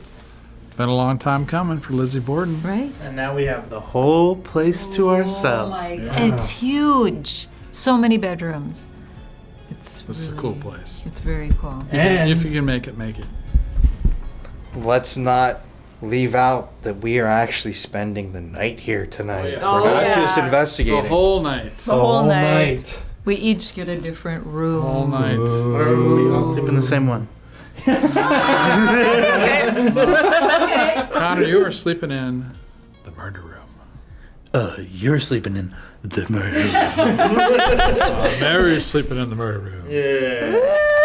Maybe. She will. On the ground in the murder room. I actually volunteered to sleep in the murder room, Colin's so in the murder. I'm ready to sleep Yeah. in the murder room. Proud of Man. you. Proud of you. Thanks. Good job. Finally. It's taken a while, but Well, everybody, I know I'm spectacularly excited right now. Yes. I don't know about y'all, but it feels like it's time to ghost hunt. It's is. time. Yeah, you hear that? they're waiting for us. Oh, Back here. Back here. Oh, we're gonna start. before we start, let me show you guys one thing. Come over here. So, before we left this evening, we were talking to our tour guide, and he stopped by after we left and we got dinner, and he left us a little goodie bag. So shout out to the people here at the Lizzie Borden House. But he also left us this note, which has something ominous. It says, "Thank you for visiting and taking in the history. You all are great fun." He said, "Here's an addition to the Lizzie Borden poem." So Lizzie Borden took an axe, gave her father. Then he said, "Andrew Borden now is dead. Lizzie hit him on the head. With the angels he will sing. From the gallows she will swing." So that's another part of the rhyme. And then right here, and this is particularly spooky, he wrote, "If anything gets really nasty with you, just tell it to stay in the basement." Now, first of all, What the fuck? yeah, I don't remember him mentioning much about anything evil, and especially the basement. I think he might have not told us or something. But I also don't like how he says, "Tell it to stay in the basement." Why not tell them or him or her? Why it? Like it's some sort of non-human thing. Door. Yeah. I thought I heard a guy talking. I kind of thought I heard a door creak. This is a no, never mind. That almost sounds like footsteps.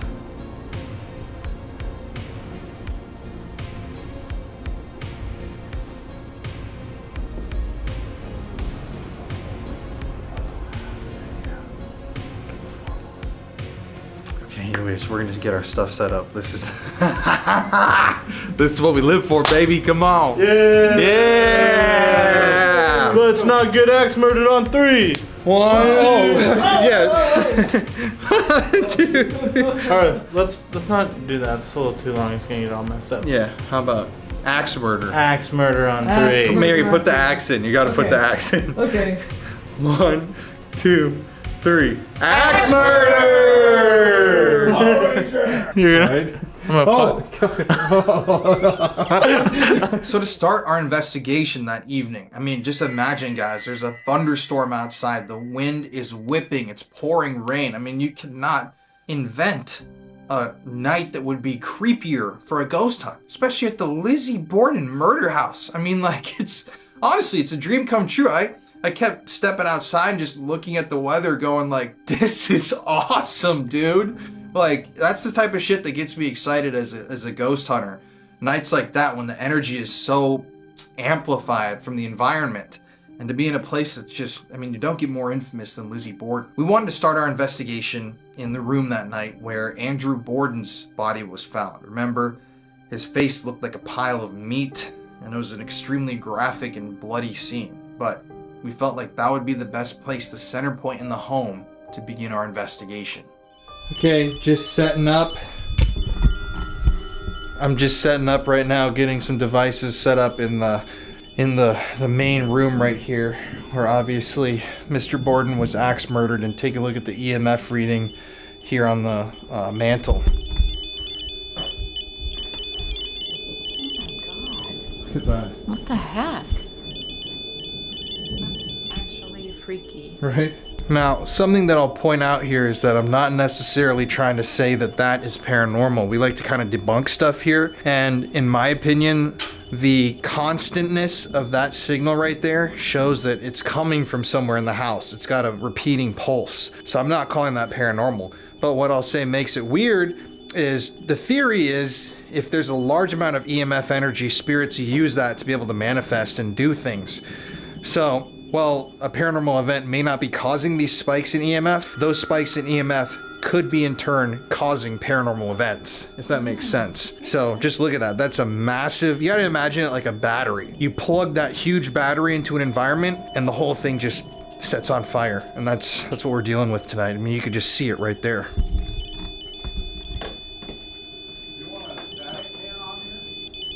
So just a moment ago, I was talking about EMF energy relating to paranormal and how it could be a battery. I picked this paralight up to just move it to a different part of the room. Look at the signal in this room. It is all the way maximum levels of EMF energy. I mean, look at this thing. It is all the way to the freaking top, people. Like, that's the most EMF energy that this thing can even record. And it's every single centimeter of this room is covered and covered with it. And look at this. Holy shit! It's the whole f***ing house. Look it dies down right here. How crazy is that, guys? Look at this is a 0. It's not making any noise, recording anything. Check this out. We walk over here to the murder room, keep in mind. Dude! It's f***ing crazy. Does Look this at that. Look at how much EMF that is. And that just shows that it's working. It's not malfunctioning. Yeah. Well, that's trippy. Oh, that gave me a little chill. Okay, let's finish that. Okay, guys, so listen. The music box. So we're sitting right now. Oh, that wind is creepy, dude. Oh my gosh.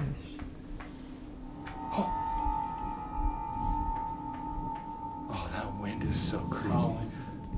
So we're sitting right now in the main room, the center of the Lizzie Borden house, and got tons of devices set up. what Connor just pointed out before we started rolling, this device, the Spirit Chat, which is an Ovilus type device, said assault, bad state, and courtroom. Oh my gosh. Like, what? It's a crime. A crime. That's been going off, and I was just like, I just want to check it and see what it said. It's definitely a little eerie. So there was multiple things that I missed on that. Yeah, and it's been actually really crazy so far. That EMF that's in here is wild. We've got some balls set up out there. The spirit or the paranormal music box keeps detecting motion in the parlor room where the bodies were viewed and the guests were held. Yeah, guys, let's try to figure out what happened on that fateful night. There's a weird energy in here, isn't there? Okay. Everybody close your eyes for a sec. God, higher power, please watch over us this evening as we attempt to speak to the dead and communicate with lost spirits. Please guide us. We make the noises. And protect us as we journey into the darkness. Cast a white light over us and cast a white light over those who are viewing this video footage in the future as well. Amen. Thank you. A scheme. A scheme. That's what we were saying. Yeah, that was after you were just saying, let's figure out what happened that fateful night. So my thought is, maybe Lizzie did it, but I'm kind of under the impression that she didn't actually do it. Explain that device. Explain that device. Well, there are a bunch of devices. Yeah. If you see any red lights, I think you know what they are. You just walk up towards them, any of our red lamps, and touch them. It'll show us that you're here. You can also just try to speak. We'll be able to hear you. We'd also love to feel you touch us, to throw something across the room, bang on a wall.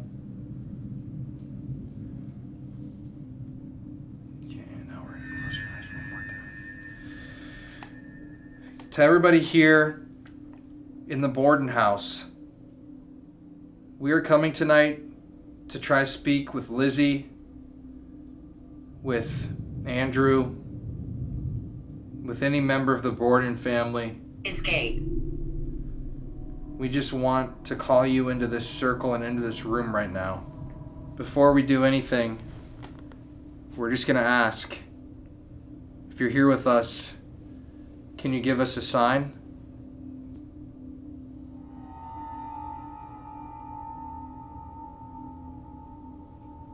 Communicate.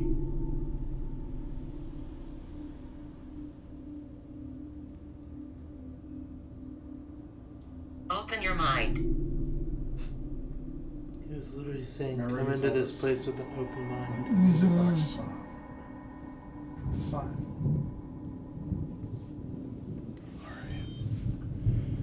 Wicked. I think you guys know how to communicate with knocks. Oh, look, somebody just came over here. Come on in. Oh, there's one over there too. Yeah, keep coming in. You're welcome to join us.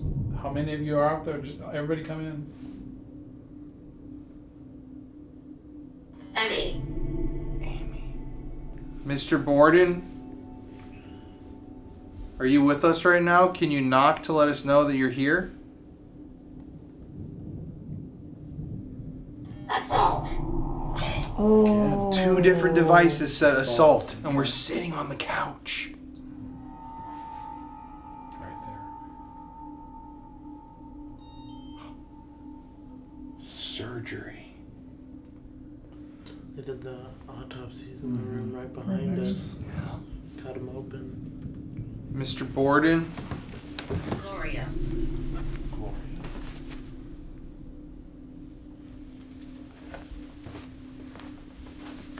I'm going to turn this device on too and see if it can spell anything out for us.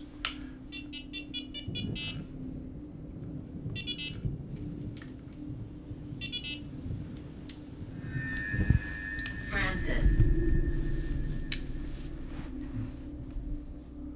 Remember, he said there could just be any number of spirits coming through here from all over this area. From fires to... Yes. Yeah, right. Did you hear like a back there? Like a creak. We want to protect you. Blacksmith could have created the axe.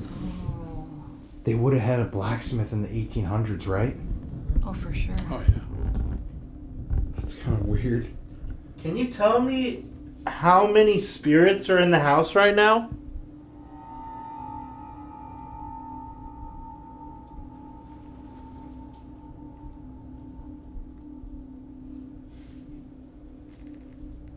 Dress.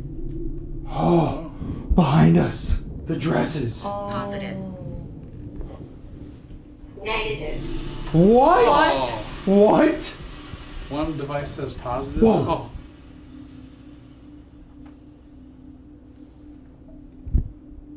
What was that? One device says positive. Whoa. Oh. One device says positive. Whoa. Oh. One device says positive, though. One says negative. Dude, that's insane. That's crazy. Positive, negative, and then that huge bang from right here. That was in this room. Like guilty, not guilty. Yeah. Can you tell us what made that noise?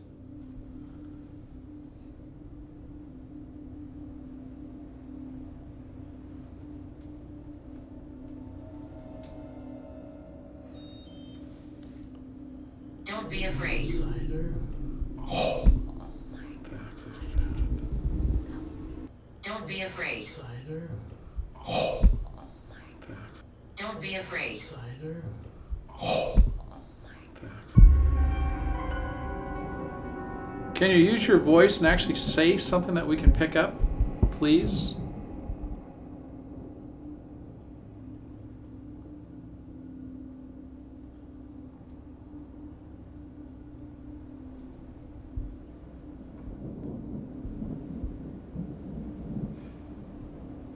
A doll.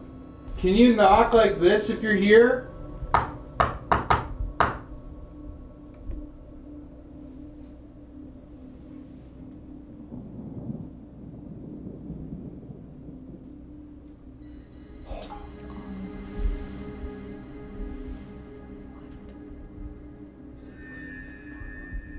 Restart your phone. Restart your phone. Yeah. The music box, where is it Yeah. pointed towards? The parlor. The parlor. Where the bodies were laying. Charged with murder. Outsider charge. Fearful. Every word that we're getting on this device is like something to do with a crime. Charged with? Lizzie, are you here with us right now? My remains.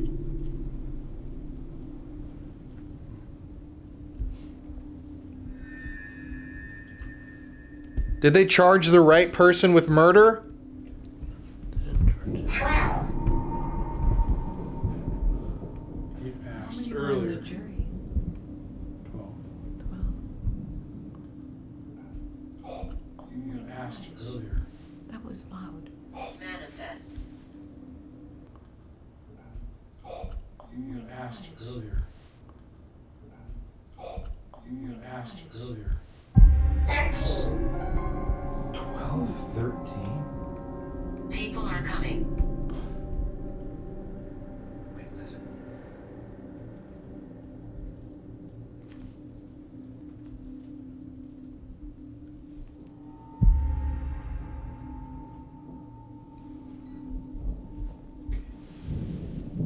Something has to set it off. Hospital trolley. Ask something. The stretcher in there. Huh. Ask something. Hospital trolley. Oh my gosh. Yeah, the stretcher. Maybe that's what they brought the remains on for the autopsy. That sounds like an old thing. Well, that's what he was saying in the interview, that their bodies sat in there for multiple days on a hospital stretcher like that. Well, that's weird. Is this a member of the Borden family we're speaking to? Next room. The parlor. See my shadow. Trying. In the home. In the home. See my shadow. Next room in the home. See my shadow. Are you in the parlor right now?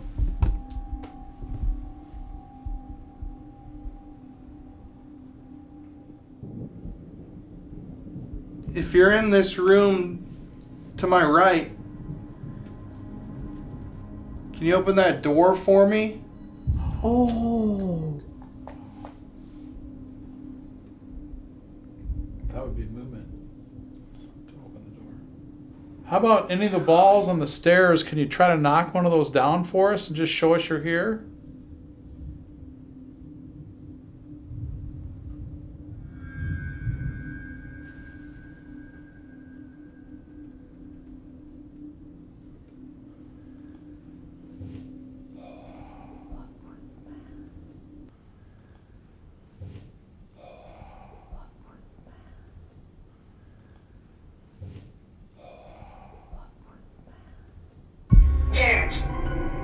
Anniversary.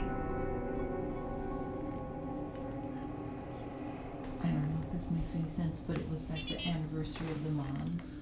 Oh, what was that? What was that? That was a drag movement across the floor. Anyone. I swear, I just watched this door creak a little bit. Are you coming in? If you want us to come over to the parlor room, can you give us one more sign and we'll come over by you?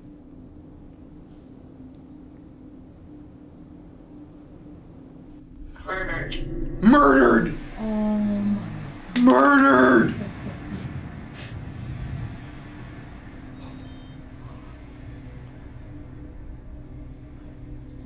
That was a knock.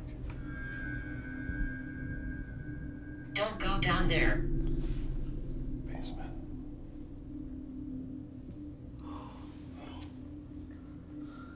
What? Oh. Cat.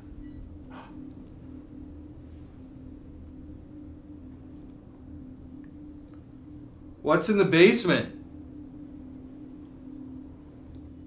Victorian.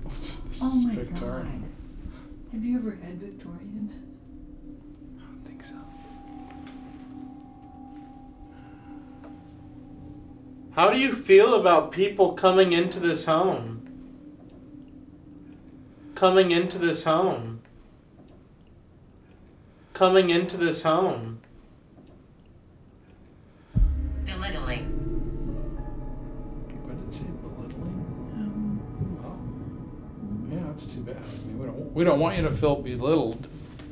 That's not our goal here. Doubt. Doubt. Jeez. It's like that's our answering device for now, right there. It might be Lizzie. Lizzie, is that you?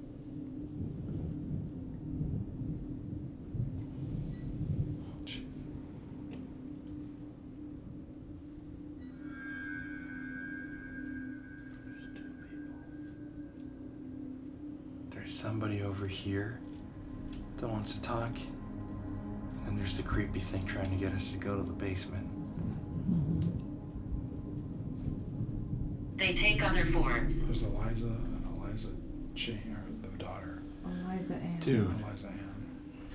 it said, Oh my God. I asked, what's in the basement? And it said, they take other forms and no way out. Sense. I say we should go walk over to the parlor. Shows nothing. Bar room! Oh, dude. Fuchsias. That was a Dude. What? Dude, come over here. Clip. Listen, listen, listen. From the basement. Dude, how creepy is this, man? It seems like we're in like a horror movie. Wasn't that just... Why? Guys, look it. There's something standing. Oh, it just went away. Did you catch that? No.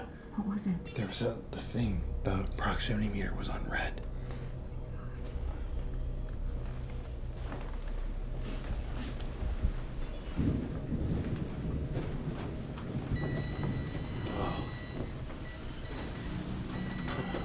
Okay, so I've got this bell tool. We're gonna try to communicate to Lizzie or whoever's here. Oh, dude! What the hell? Jeff, the stairs. The stairs. Right there. Oh, all of them. Okay, listen. hold on. This one right here. Right here.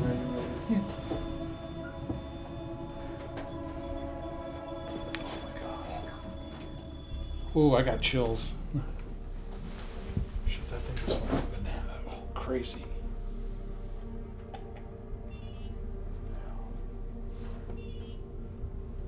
Yo, what the f was that? What did you hear? All the REM pods. Every single REM pod just went off in all the different parts of the house. Okay, guys, we need to address what just happened.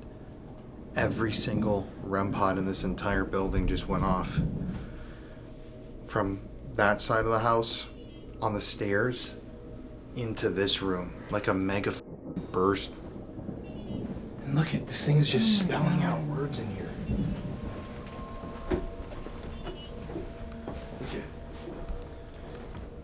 Me, no.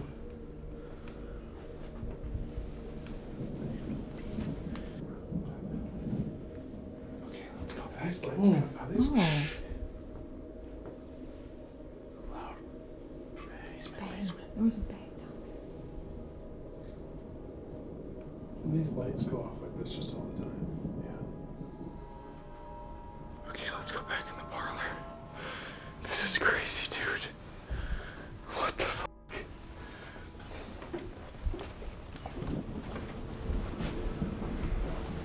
This battery's about to die.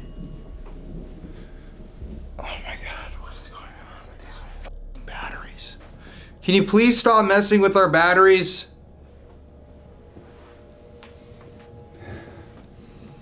I have a smell.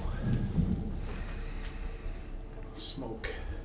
Like a fireplace. I smell that too. We're gonna do a little experiment in here with this EMF bell. Okay, if you're here in this room with us, you see that bell that we just put down? Go walk over to it and put your hand on it and it'll ring. You can answer our questions that way. Come back. Right when we left that room.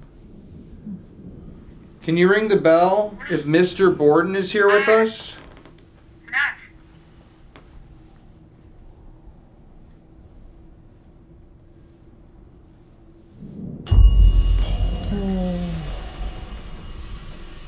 Okay, he's with us. So, Mr. Borden.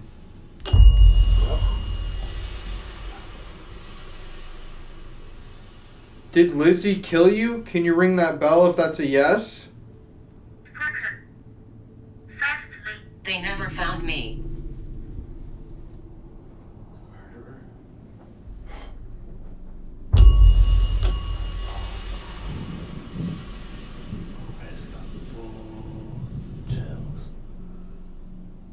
Mr. Borden.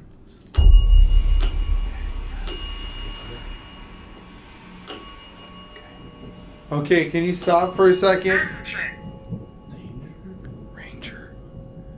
Can you ring that bell again? If they never caught the murderer. They never arrested the murderer. Explore. What the f? This thing was just on the whole time in that room. You can see it in the corner of the shot. Mr. Borden, can you ring that bell? Explore records. Mr. Borden is the... Every time I say his name. Is the person who killed you somewhere in the records of this house? In a photo here in the house?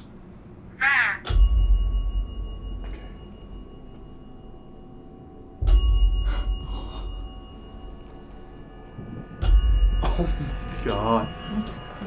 Just like overwhelming. Yes, yes, yes, yes, yes. It's like, yes, yes. I've been waiting. Okay, Miss. Oh, I have full body chills. Player. Was he like a player, like a bachelor? I'm a little sad. What do you mean by player?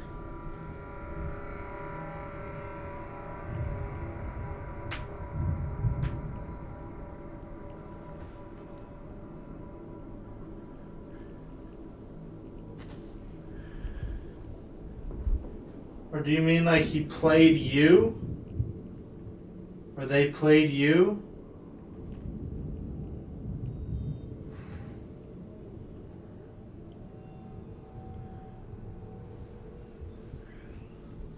Vision. Vision. Vision best.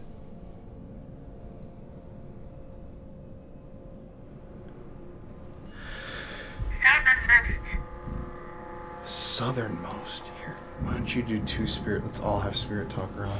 Can we sit? My legs are tired. You can bring a chair up. This said singing. You're right in front of the piano. La. I'm in my 60s.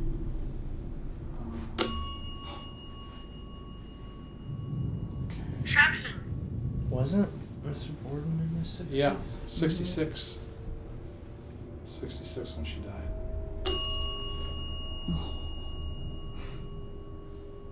Okay, so you're still with us. We have a lot of tools with us that can help you describe the person that killed you. Tonight. Okay. Can you tell us what they looked like or something about who they were? Could you ring the bell once if it was a man? Or twice if it was a woman? Tired. I'm feeling tired. Residents. Male resident? Feathers. Okay, guys, so we took a break really quick to fill up on some batteries. Climb. Follow us behind you. Climb and follow us behind you. Do you want us to go? Want us to go to the basement?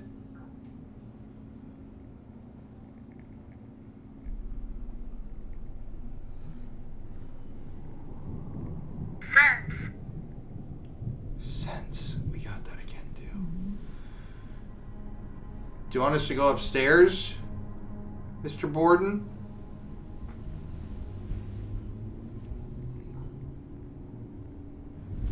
Use table. I'll prove I'm here. How do we use... Oh. How do we use table? You know? We are using the table. Oh! There it is. Oh! That one too! That one too, guys! Out there.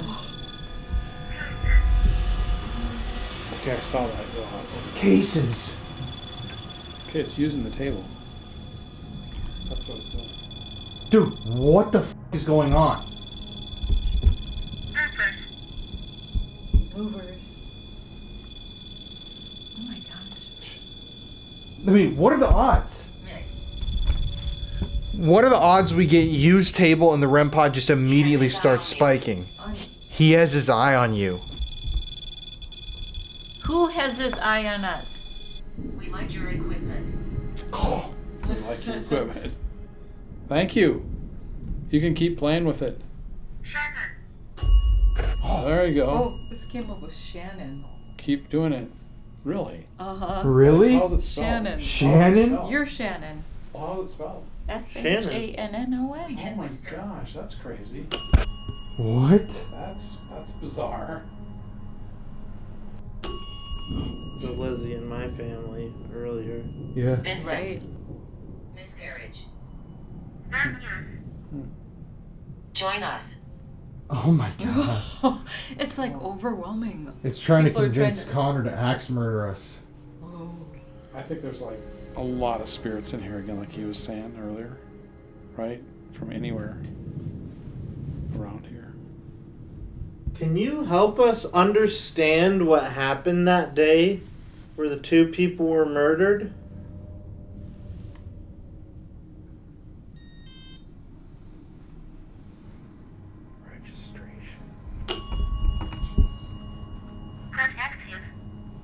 Were you protective of the person that murdered you?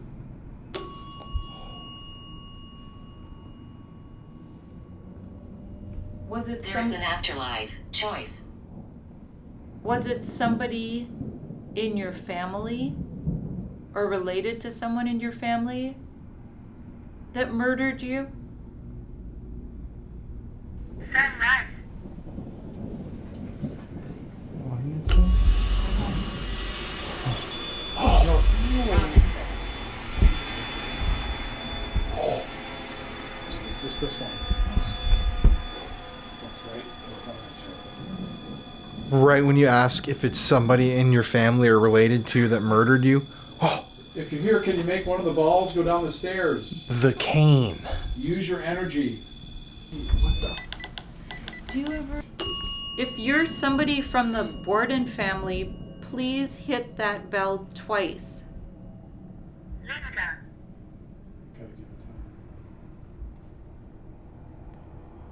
I protect this place. If you're not from the Borden family, hit the bell once.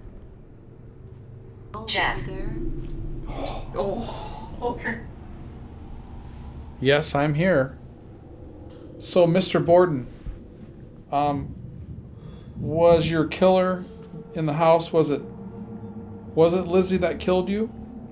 If it is, ring the bell just once.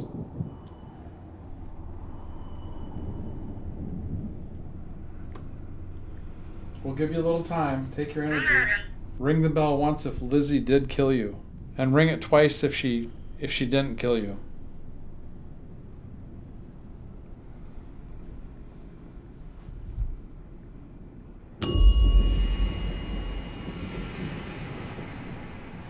Okay, so she killed you. I think most people think that. Neck torture. Died a long time ago. What was it? Neck torture. Summer. What time of year did She didn't. Was it in the summer? She did. Now it's active again. Yeah. But I think he's. I got loves. So you would think that Mr. Borden loved his daughter a lot. Because Yeah. it sounds like she was a little bit... They want our Archibald. attention. They want our attention here. Okay. What? I'm having this like weird vision. I don't know, it's just like popping in my head and I can't get it out. That like I'm seeing Lizzie like walking around the house with a hatchet covered in blood. But it's like That one's going off there. Oh my god. Well, always. Ask them for this one. Ask for the ball. Push the ball. Emotional. Please push one of the balls down the stairs for us if you're active. That one's going crazy out there. Man attacks people. The man attacks Oh my people. god. That one, Colin. Still doing it. Jeez. It's like surges of energy. I don't think it was Lizzie, bro. no, but what I was saying, I didn't finish. It's Lizzie like walking around the house holding an axe covered in blood. But there's like a mass that's like puppeteering her. I don't know, it's very strange. I don't usually see stuff like this. She died. But it's like Yeah, a lot of activity going on there. Tons of things happening. Caroline. So what are you trying to get at? Like there's something here that was like controlling her. Well, I don't know. I think that's interesting. I mean, I'm somewhat biased because I think she's innocent just based on some of the research that we did. What I interpret that as is when you mentioned her and like being guilty and covered in blood, everything went off. It was like she was here going like, no! You know what I mean? You could be thinking of the other woman who drowned her kids and killed herself too. Did that happen before or after? Before. Listen upstairs. All right. We're going to sit and listen for a second. If you're upstairs, what do you want us to hear? He killed. He killed. He. Maybe Lizzie was in on it and a man carried out the killings. Evidence. Well, her uncle. Neighbors. Oh, no. Neighbors. But John. Uncle. He killed her. But neighbors. Attachments fixes Playboy neighbors. John was definitely a suspect. Uh-huh. A scheme. It said on here, a scheme. I don't think Lizzie... My feeling is she didn't actually kill someone. She might have had something to do with the murders. I mean, you can't tell for sure, but if she hired or worked with a man... Thank you for listening. The children are playing. That just said playing too. Right before that. It's weird how the bells stopped ringing too. It's saying like letters. Is there somewhere else we should go in the house? Demonic. Is the thing downstairs demonic? Is that what you're trying to tell us?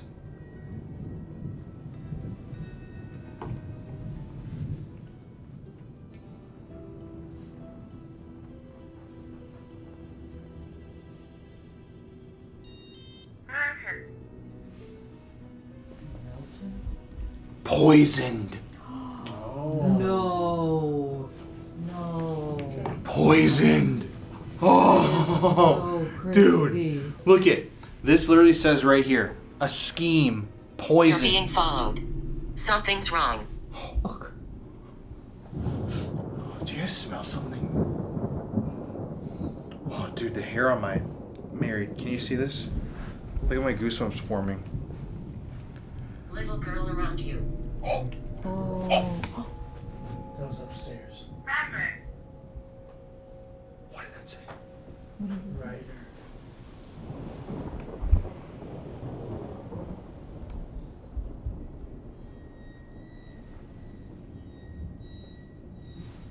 Are you upstairs? A pact.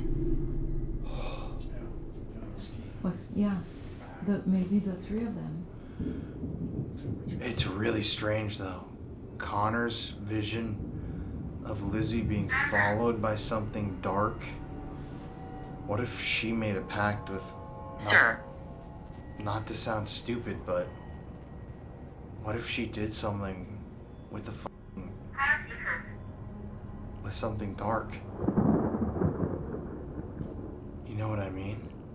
It says demonic. There's a group of us. A pact? A scheme? Yeah. A group that were in on it. There's a group of us. But even like if it wasn't something demonic or something like that, but someone who... Someone like in the town is... I've been here 150 years. She's saying like, oh, like my dad's doing all this stuff for other people. He's leaving me and my sister out of this because he said statutory.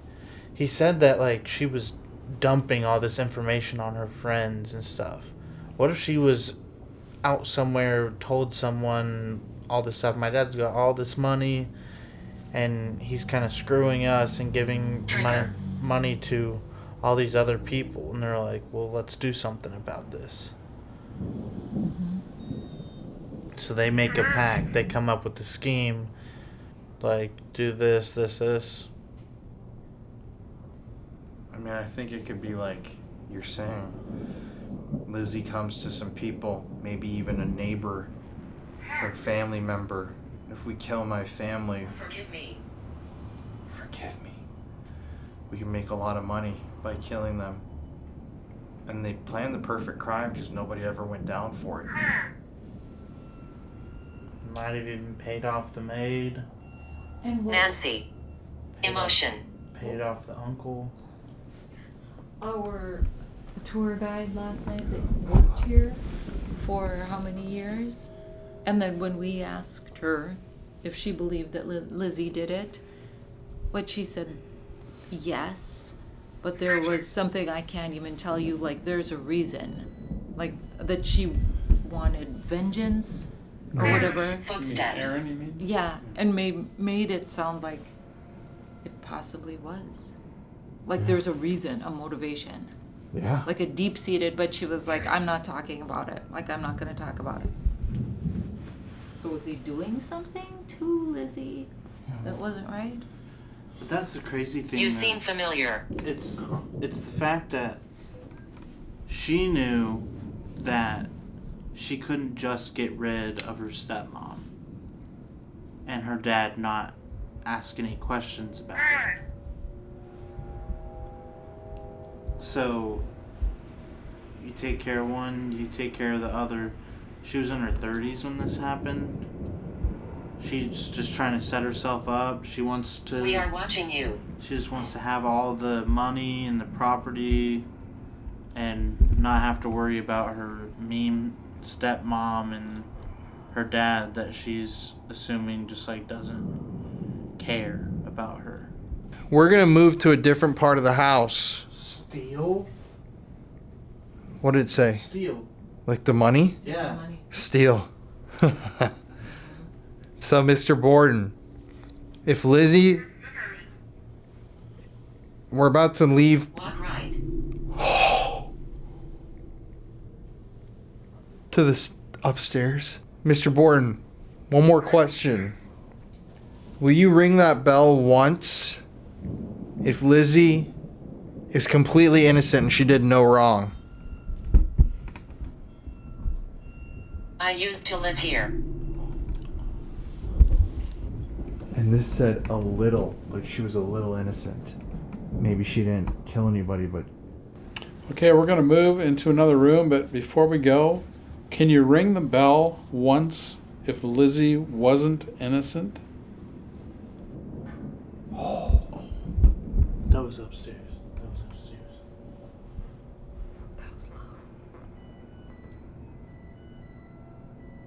Okay, if Lizzie, you weren't innocent, or she wasn't innocent, ring the bell before we leave. Ring the bell, please. It's been a while since you rang the bell. If Lizzie is not innocent, then we can move to a different part of the house and keep asking questions. Just ring it as many times as you want. You are nice. Off you go. Like I'm not answering. Oh! Oh! Oh! Oh! Do you have questions? Crazy out Dude. Off you go. there. Okay. Off you go. Off you go. upstairs. One ring. The thing is trying to get us out of this room. You guys ready to go upstairs to the murder room? Let's go. Oh, God. I think we're ready. I'm ready. And pause. Yeah. You must leave. Oh! Oh! Why should we? Why do we have to leave?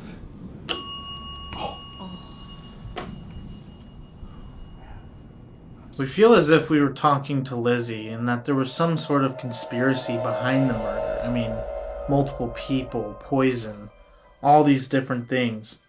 It feels as if we were speaking to Lizzie or someone else about a conspiracy unfolding about these murders. I mean, multiple people being involved, poison. But we feel as if we were being led into the next room.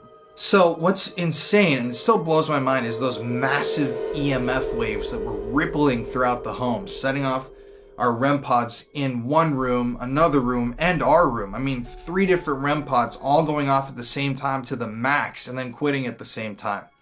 It was this strange pulse that was just, I don't know, rippling through the house. And regardless if the EMF and everything, if all that's paranormal or not, that's a massive battery from which ghosts or spirits could draw energy from in order to manifest and speak with us. After reviewing our evidence, we all felt like there was more to the story than we previously knew about. Like there was a conspiracy of some sort, multiple people involved in the murder. But to get more answers, we knew we had to head upstairs to the room where Lizzie's stepmother was found. I mean, do you hear the wind? Whistling. Are you rolling? Oh my god. Look at this. We just took a break before we moved upstairs. Could you imagine a more perfect night to spend the night at the Lizzie Borden Murder House? A torrential rainstorm, thunder above. I mean, look at these trees. Spooky trees. And just silently, just listen to the wind for a moment.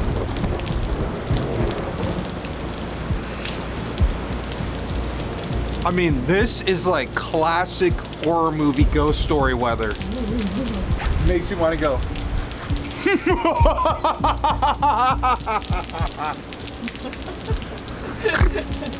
That was a pretty good evil laugh. That was a very good one. It's like a typical horror, like.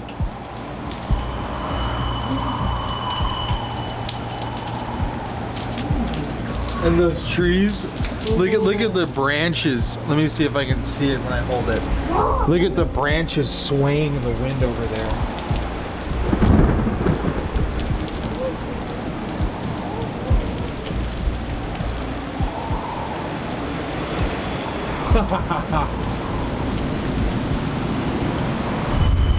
Oh my god, dude. Wow.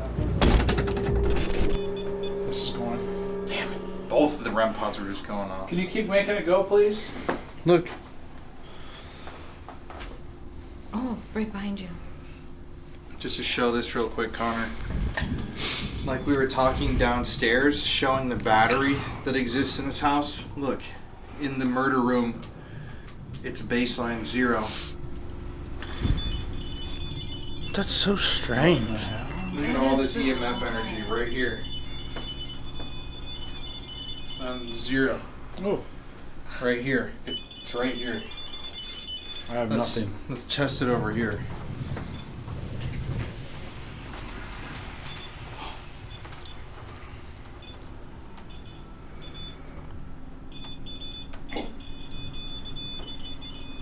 Oh, that's kind of creepy.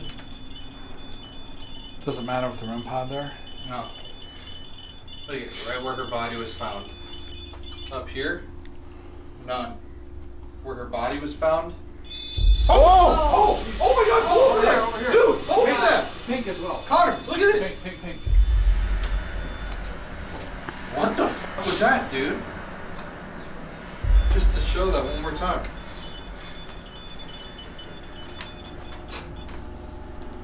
Look at this. I mean, how honestly bizarre is this? Very strange. And what is up with that signal that keeps pulsing? And look at even this. I mean, that's the weird thing because people will say, like, oh, it's like just the electric wiring in the house. But electric wiring, it doesn't pulse. It would stay at a consistent level the whole time. Yeah. And this? I mean, I just feel like this is f***ing unbelievably weird. But then the K2's not really doing anything over there. You know? It's selective. Look at the K2. Okay guys, so right now we're upstairs in the murder room. This is where Abby Borden was murdered. And if you remember, the killer walked in through this door right around here, struck Abby in the side of the face.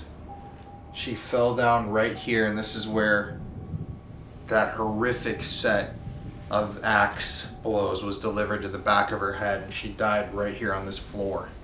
Something told us to come up here, and I think we received confirmation that we're supposed to come up because of the REM pod spike that we just showed. And I mean, it's just, that pop was me opening it. We're gonna do a DR60 right now, an EVP session. I'm gonna set this down right in the area where Abby's body was found. So let's start it now. All right, Mrs. Borden, Mr. Borden, we're here to just talk to you. Can you tell me your name so we know who we're talking to?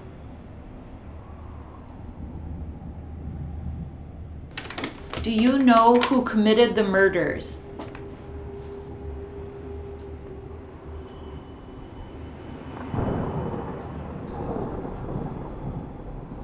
Was there multiple people involved in the murders?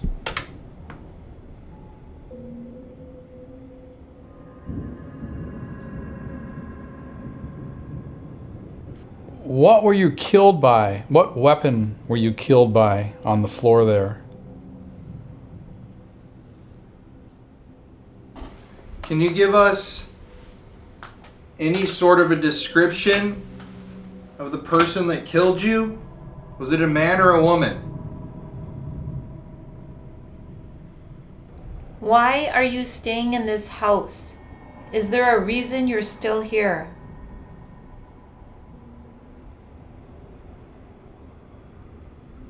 Were the people killed in this house killed because of money? Did the people in this house have a scheme or a pact to kill Abby and Andrew? Or did somebody else do it, just one person?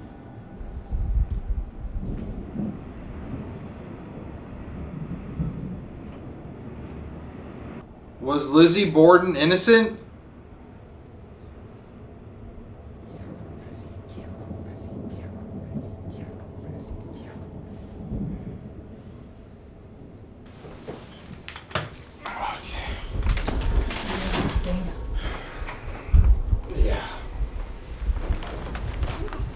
It is like, That's like 50 miles per hour.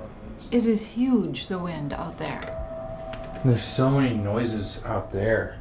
Oh, so many, and we have to sleep. There. That's where we Out have here. to sleep. Are you sleeping here, Colin? Hell no. Hell no. Oh, I thought you said you were going to. No, Yeah, I think we all changed my sleep mind. together. I mean, like, Oh, we're in okay. well, just in those beds, like all close to each Yeah. other out there. Not in one bed. God, I hope not. We could no, never we're all fit. in one They're bed. full-size beds. Okay, let's listen in. Alright, Mrs. Borden, Mr. Borden, we're here to talk to you. Can you tell me your name so we know who we're talking to? You know who committed the murder.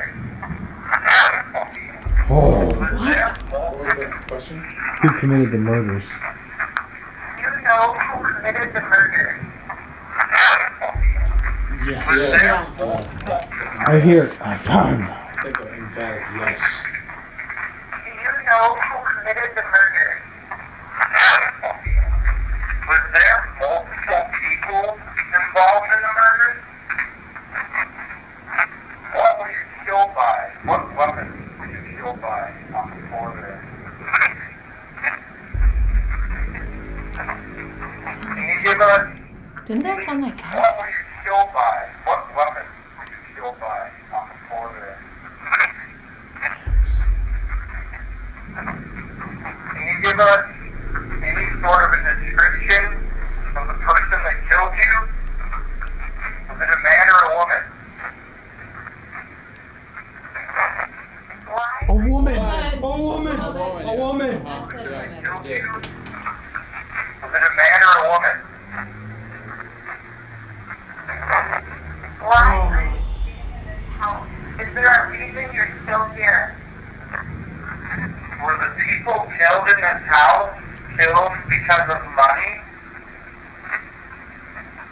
Did the people in this house have a scheme or a pact to kill Abby and Andrew? Or did somebody else do it, just one person? Was Lizzie Borden innocent? Oh. I mean, or did somebody else do it, just one person? Was Lizzie Borden innocent? No way. Abby and Andrew? No way. Or did somebody else do it, just one person? Was Lizzie Borden innocent? No way. That's the most responses we've gotten in a long We time. should do one more session. Yeah. Let's do one more. That was Here, good. I'm gonna sit How about you down. just sit by us? Yeah. You want to sit here, Colin? Here, On the I'll bet chair? right here. Just You sit. can sit in the chair. I'm gonna sit right by the death thing. Okay. Sit up and up over there. Do you guys want to come over here?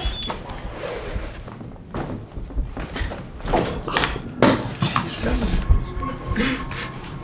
That was a big one. When the elephant hits the floor. I will say how he was saying she got hit in the face and then fell face first on the ground, not catching herself.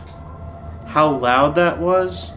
For you to be anywhere in this house and not hear that, That's true. not a chance. Honestly. That's so true. I proved a point. Well, wouldn't they scream? I mean, even out just- too? Yeah. Like you're getting. Oh, yeah, I mean, come You're on. gonna scream. I think what it's pointing to is Lizzie was involved. Maybe we can get confirmation on. I mean, it sounded like killed by a woman. Didn't confirm it was Lizzie. I mean, there's the maid still, neighbors. God, it's creepy. It's creepy thinking about a dead body being right here. You know? That's really... And we're hearing a lot of noises out there too. Why don't you get us? Why don't you do? Oh no, we'll do the stick figure after this. If Lizzie, Andrew, John, Abby, Eliza, if you can hear my voice and you're out there in the rest of the house, why don't you step into this room and speak with us right now?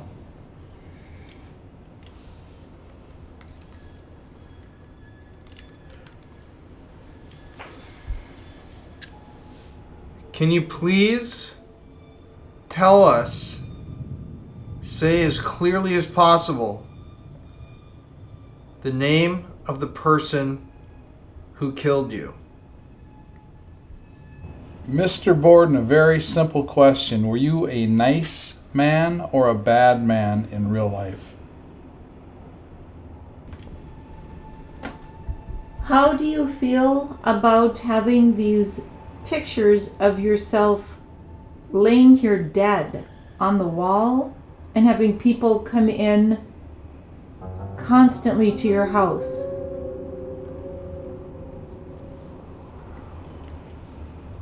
I feel like there's an entity who's latched on to people in the Borden family that made them kill. Is that true?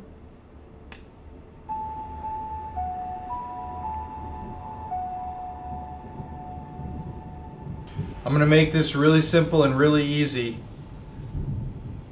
Was Lizzie the person who held the axe that day and murdered you? Yes or no? Was it Lizzie Borden?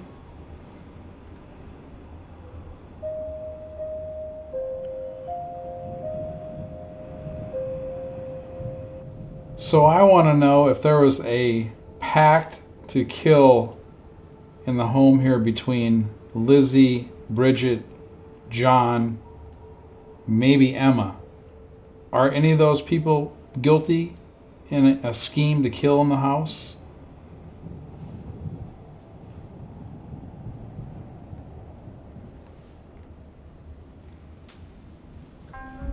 How do you feel? Are you at peace or are you angry?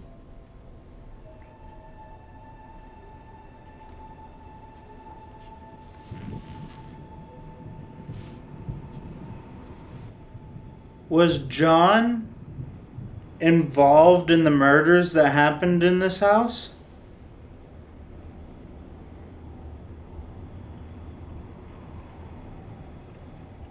And finally, just one more question.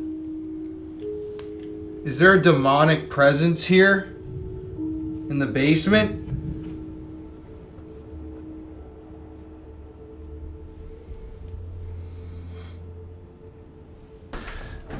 Okay.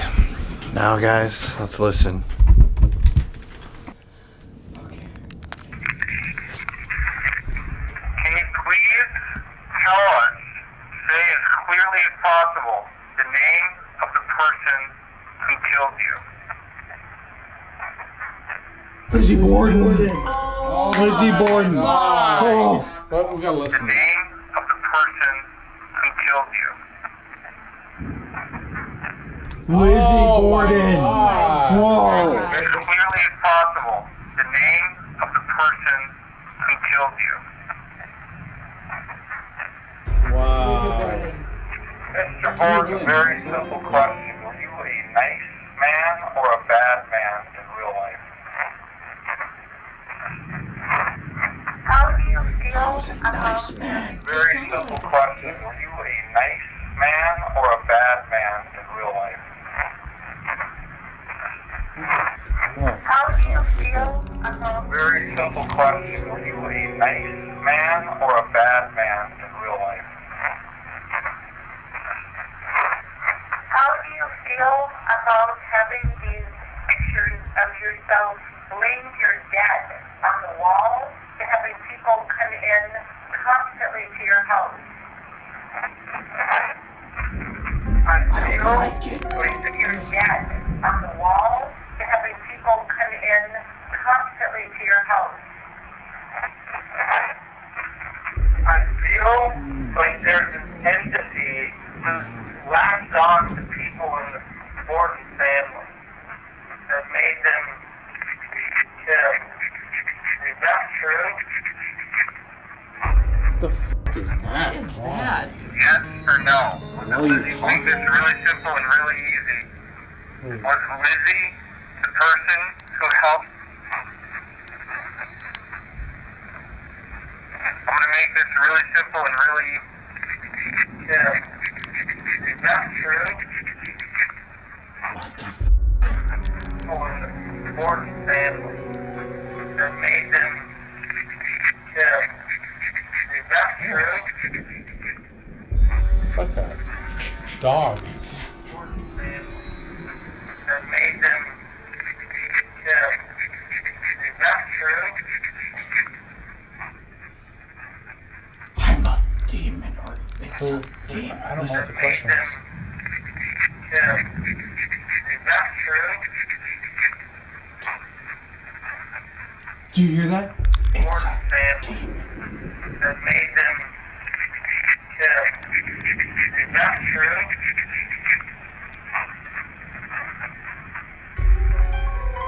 I'm going to make this really simple and really easy.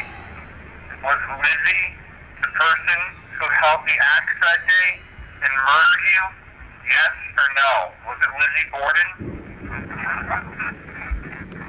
Whoa. The person who held the axe that day and murdered you? Yes or no? Was it Lizzie Borden? So I want to know if there was a pact to kill in the home here between Lizzie, Bridget, John, maybe Emma. Are any of those people guilty in a scheme to kill in the house? Yes. Yes. God. Oh my Maybe Emma. God. Are any of those crazy. people guilty in a scheme to kill in the house? How do you feel? Are you at peace or are you angry? Was John? Could have been I'm angry. How do you feel? Are you at peace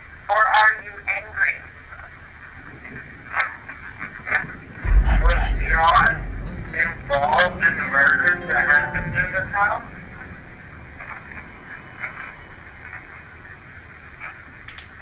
And finally, just one more question. Is there a demonic presence here in the basement?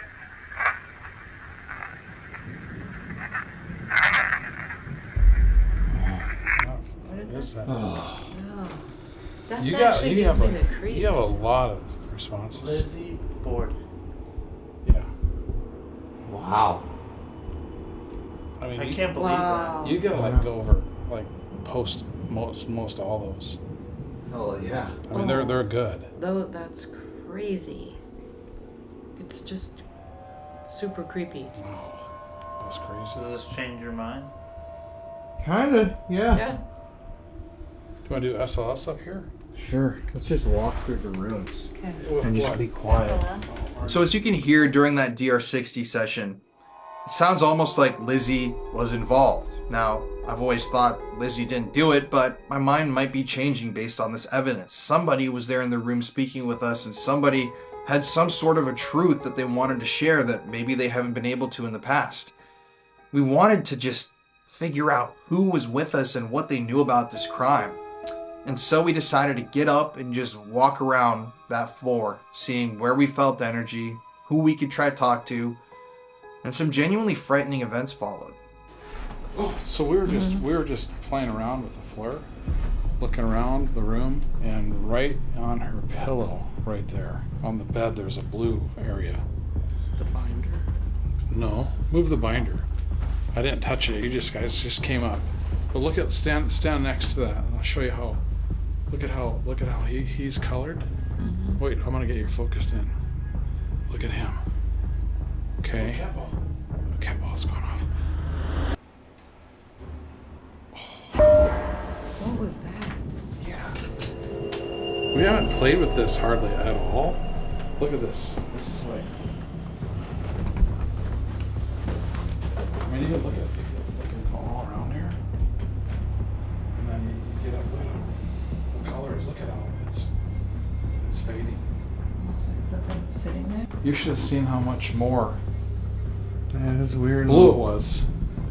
Yeah. I think the floor is cool. Yeah, I do too. You know, look at it, Mary. Come in. You started filming it before they got here. Look at the color. I'll come back in here after. Okay guys, so we're gonna walk around with the SLS and just go through this upper floor and just let's try to be as quiet as possible, everybody, and just listen. You can see my ass cheeks. You can see my butt cheeks on the floor from where I was sitting.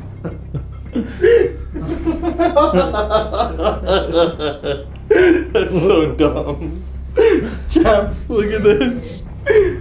Jeff, look at my perfect butt cheeks. How did they get on the floor? Because I was sitting there for so long. Oh god. You got some hot buns. How do you get them that hot? Buns. That's funny. Yeah. Okay, if there's anybody here.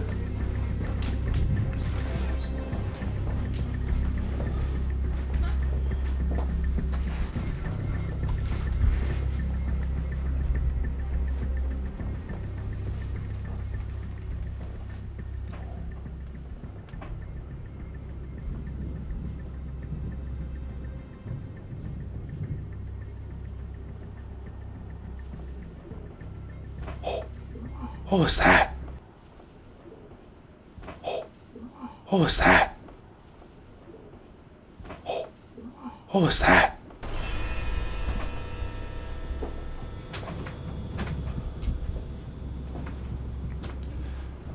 Lizzie? Emma? Andrew? Abby?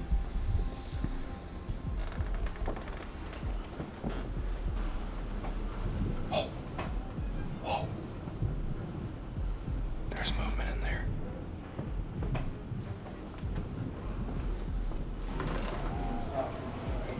Oh my god. Oh, this room's fucking creepy.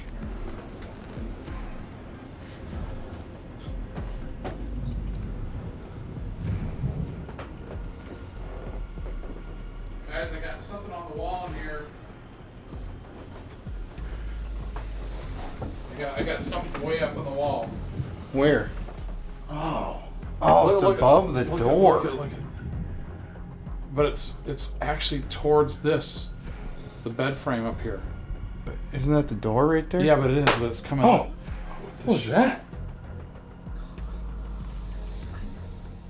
Dude, anything like hung or anything in this room? Or look at it's like hanging from the ceiling.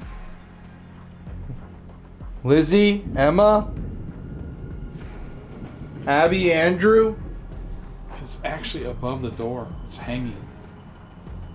Can you get down from there? Oh, look at. Oh, it's actually getting down. Yeah, why don't you come down? Oh, it's on the bed.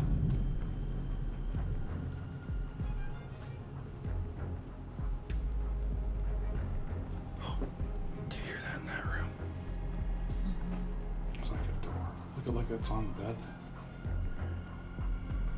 Who's in here with us? It's coming down. It's actually coming down. Oh, it's right there. Can you shut that door over there in that room? If that's somebody we're picking up, can you make a noise to let us know that you're in the room with us? This thing. It's like floating, dude. It's going sideways. It's over the radiator. Oh. It's over. Oh, now it's standing. Look at it's pointing towards Connor. Look at its arm.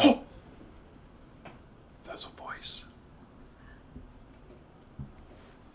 Look at it. It's like punching Connor or kicking him. Or it was. Where is he? No, it's going. I don't know where. Hear that growl? Oh, it's gone. It's gone. Jesus! Oh my God! Jesus! What the f was that? What was it?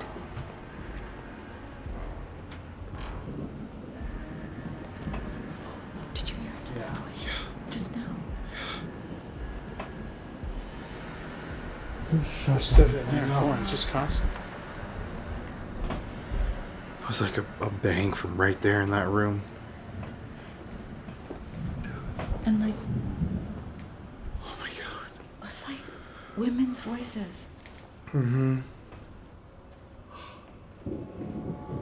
What is that? Oh, it's gone. It's gone.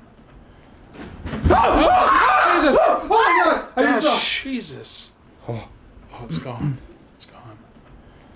Jesus! Oh my God! I just Jesus! Keep going. I don't really want to keep going now. Well, I don't either, but let's get out of here. And then just to think that we have to sleep here soon. I don't. Dad. Jeez, should we go to a hotel?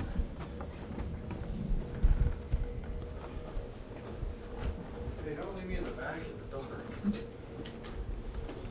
Can you make another noise like that?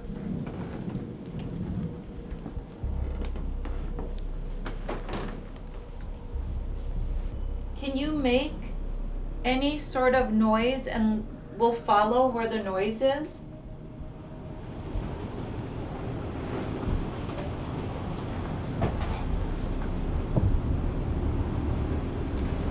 Just kidding. Dude, it's following us. It is. It's like every time we leave an area, it's a fucking noise. Like, where did that... I can't tell where that bang even came from. Maybe that was behind us, too. There's, I don't know, just so many noises and then just kind of like women's voices. I mean, you couldn't even invent a creepier night. Like the rain pounding on... The wind howling and the rain pouring. Can you make one of our little gadgets go off, or flicker a light, or knock, or show us your shadow?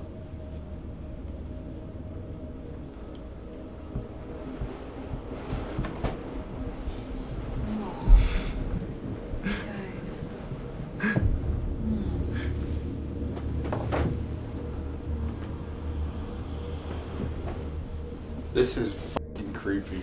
I thought the Conjuring house was creepy, but this is like way. Let's walk up here before we go down to the basement once. So, Connor, are you just done with this? Is this...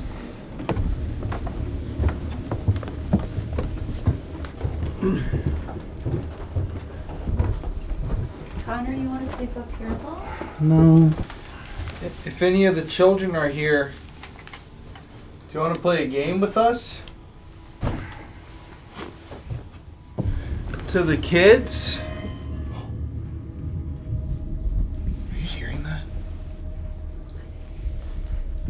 If you're with us, little kitties, Children. little children, can you come?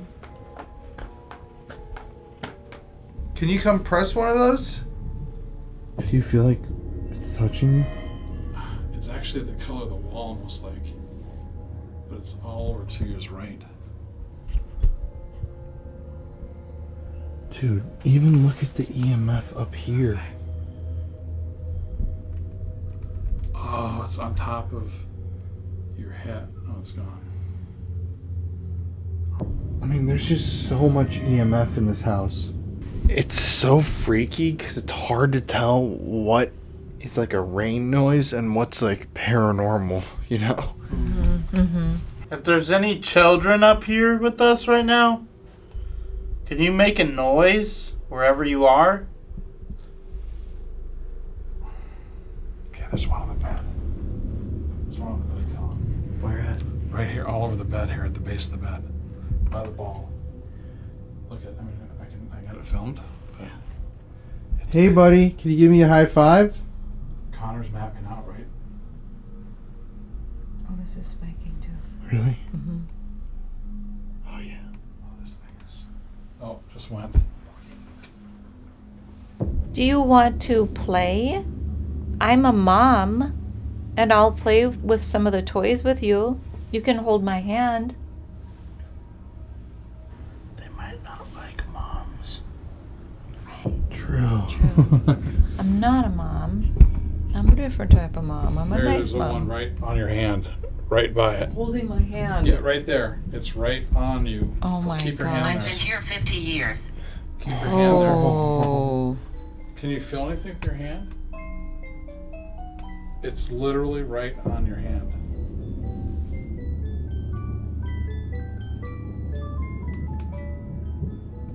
Oh, there's Mary. It's hanging onto the bed frame. That's got your hand, Mary. Oh my God. Can you touch my head? Oh my gosh. It's literally laying under your hand. Or can you reach over and play with one of these toys like we just did?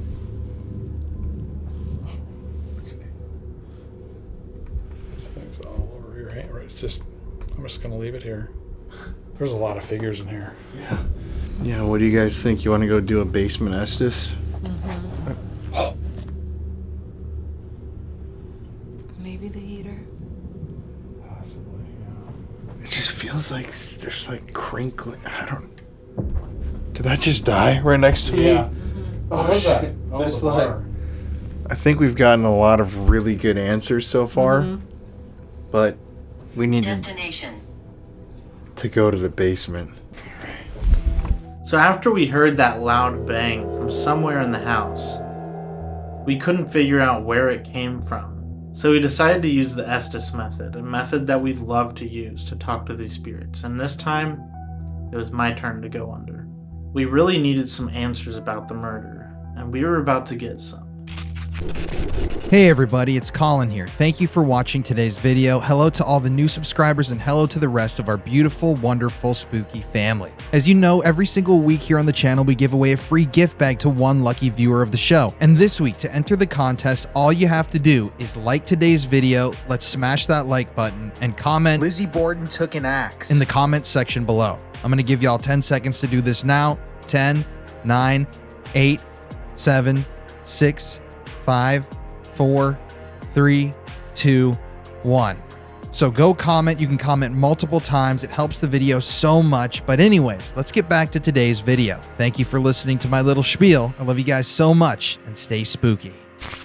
Hey everybody, quick reminder, we have a live event tomorrow, January 30th, that starts at 7 o'clock p.m. Central Standard Time. We are going to be going live from one of the most haunted places in all of Texas. We're going to be giving you guys a full historical tour of this property, and then we're going to be ghost hunting probably until midnight, 1 in the morning, doing it live, taking questions from you guys, doing what you guys ask us to do on the chat. So be sure to join the live event. It's going to be a blast. It's a place we've never investigated before, and Connor and I are super excited to bring back the live ghost hunting. So be there or be square. We can't wait to share this with y'all. It's going to be an amazing, fun night. Tomorrow, January 30th at 7 o'clock p.m.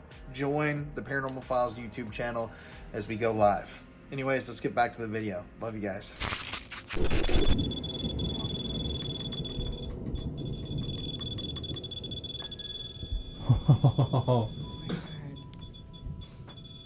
Dude, those haven't hit for in like a long time.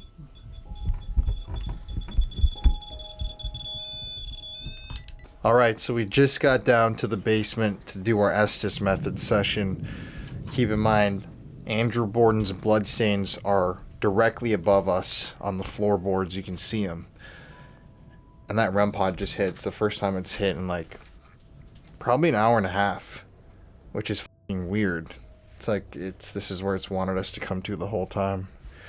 And remember, guys, he said earlier, tell it to stay in the basement. So whatever that means. Connor's gonna do the Estes tonight. Connor, you're gonna do the experiment tonight with the goggles. Yes. So put them on and let's do it. I feel like Cyclops when I wear these. Those things are great. They look so crazy. All right. To whoever we've been talking to this evening, whether it's Andrew, Abby, even Lizzie, before we start, can you say something like hi or hello just to let us know that you're there? Let's go.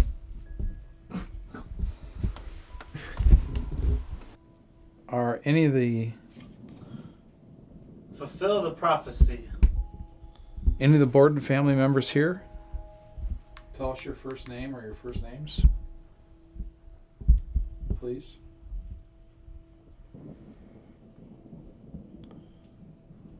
It's all in motion. Can you tell us how many spirits are in this house? A whole lot.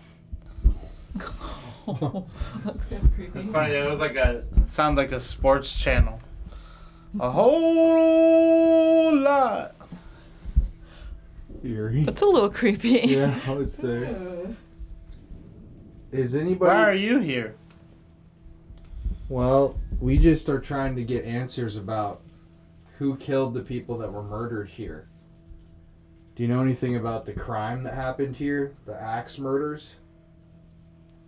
It's going down. What do you mean by that? It's already been done here.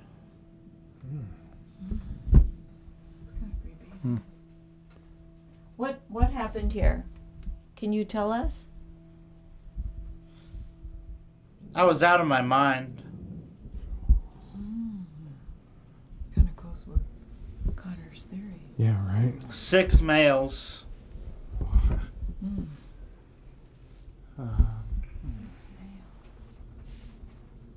Who were the 6 males? Were they Borden members, family members, or strangers? Drifters? That's the team. It's funny, it's like I'm getting nothing but like sports channels. So it's kind of like, Yeah. it's like a conspiracy type thing. A team. Yeah. It had to A be scheme, a team, whatever. So Lizzie Borden was working with other men? That's what I think. It was emotional work. Family. Yeah. John. Any gullible person would. Was it over money?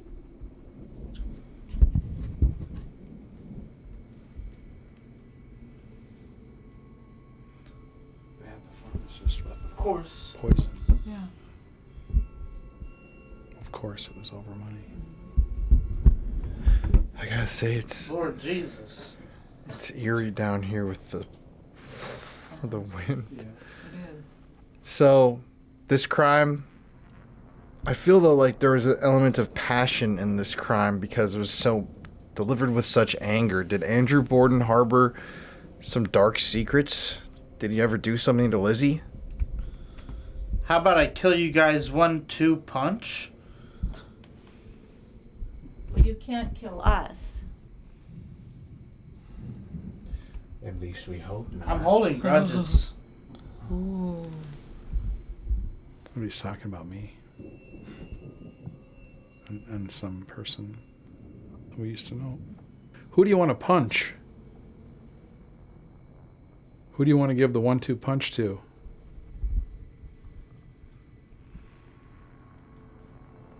Or why? What did they do to you? All the people. Are there any children here? 100%. Well, makes sense. How did the children that are here die? Were they thrown into a well? Oh. That's really creepy. That's f***ing crazy. Oh my god. So there's a lot of spirits here. Oh, the heat. No It's a survivors. heater. So, did Lizzie Borden actually swing the axe? That's what we're all curious to know. That's a bad headache. Oh, God. Just like Colin asked you if, was it Lizzie Borden? Whoa! That's creepy. Yeah, you could say that. What the? When I said Lizzie Borden. Lizzie, have you come into the room with us? So I was going to ask you, if Lizzie Borden didn't swing the axe, was it the team? Can you say like something like that, like a group of men, or the team, or three of them? It was me. Did you take it that it was like Lizzie Borden then? Yeah. I mean, that's Yeah. Lizzie Borden, then it was me. So I think she had a team. Conspiracy to help. The wording's wrong. My conspiracy's wrong, or... That's so true. That was Yeah. creepy. That was I got crazy. chills actually right now. Wow. That was... So, just answer simply. We're just wondering, was Lizzie Borden the one who carried out the killing? Or was it her and multiple people? Was it not her? What happened? Oh, yeah.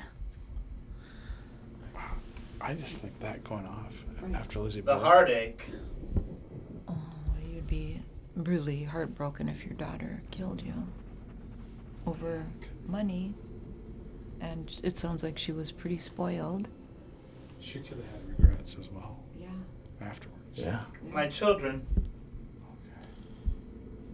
Do you have equipment still set up upstairs? Because I hear a lot of beeping. No. Yeah, there is. Can you hear that? Well, did the banister one? Did you take that one down? Yeah. That one was going off like crazy before. Yeah. When you were Dude, I upstairs. hate these goggles. They're really creepy, honestly. Really? Yeah. It's weird. I feel... It's gonna look so stupid, but I feel like there's someone in front of me going... Oh, Fuck that. God. That's a little creepy. Yeah, that is a little creepy, I'd say. So, is Lizzie Borden... Lizzie, are you in the room with us right now? Because you're the one we came to talk to.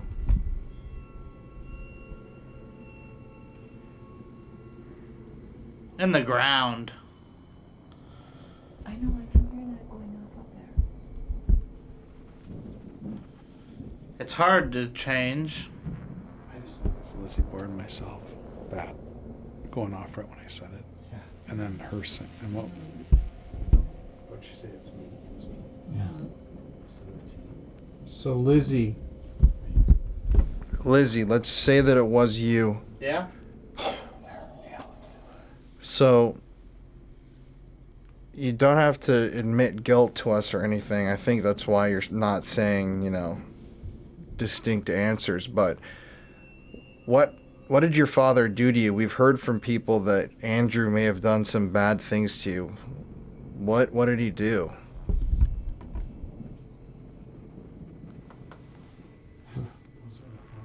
He did, like, there was molesting. So serious. That one tour guide was insinuating. Not personal. Oh, yeah, that's right. Mm-hmm. That's right. So it's either something like that or just Sheer rude. I didn't and want just- to. And didn't get along with her stepmother. Yeah. That's why. I mean, she had a motive that she goes, she'd like to tell us what she can. Yeah. So she's convinced that Lizzie Borden did it. Who else was involved, Lizzie?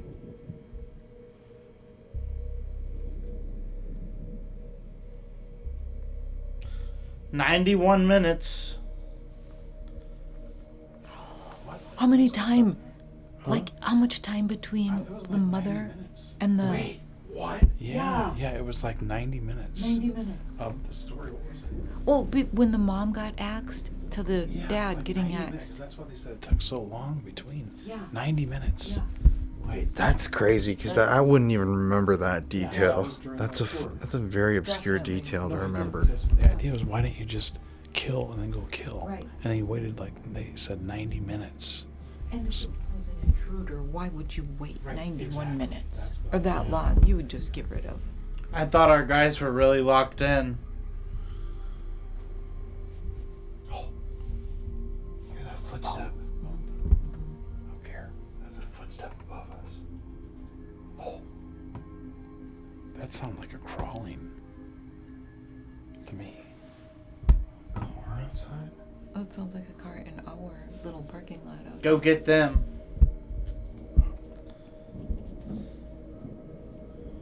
So who else was involved in the murders?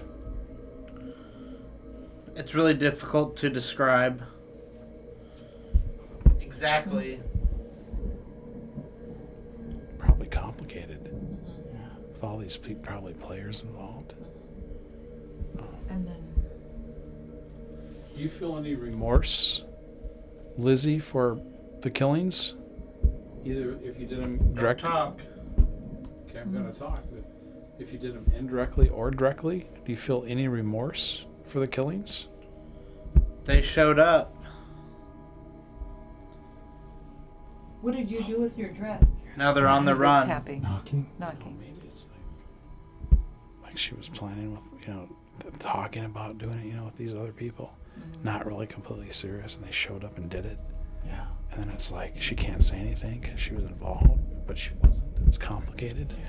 And then they ran. I still don't get the vibe that she actually swung the axe. Yeah, that's what I mean. I think it's more of this team or conspiracy type thing with other people. Knock May them off. be in the house too, and you don't hear anything. Yeah, I think It's a but I think she could be in the house because she was part of it for while sure. other people were doing it. 59 years. How many years? I'm hearing like knocking and movement upstairs now. Oh, I hear you. 15 minutes. I don't know what that means. Angels down on the road.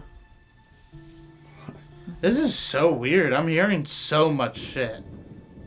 So, Could be other people. Court's in session. There's a ton of spirits around. was a neighbor involved in the murder?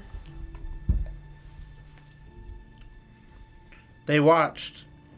Oh, that's kind Oh, of creepy. that's very spot on. They could be like the scouts Mm-hmm. Right. being involved. Nobody come up to the door or anything. Let me ask a question. Do you know if Lizzie ever gave any money to people that were involved with the murder after it happened?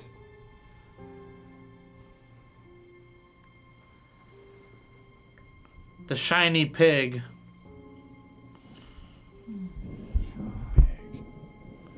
I don't know.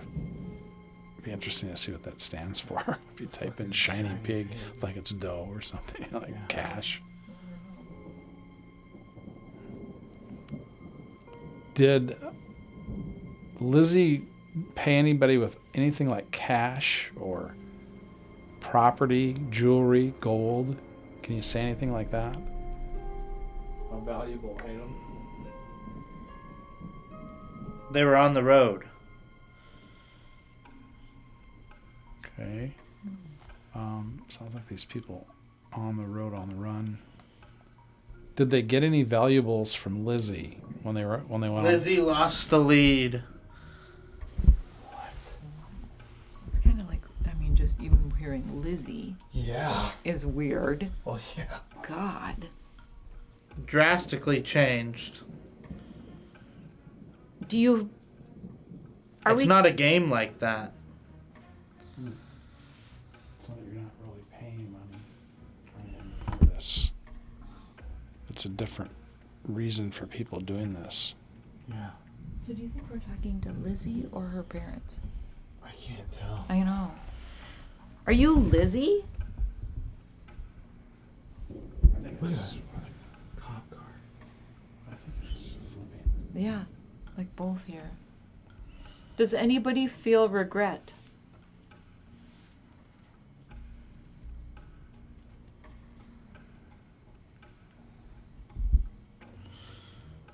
Do you forgive Lizzie?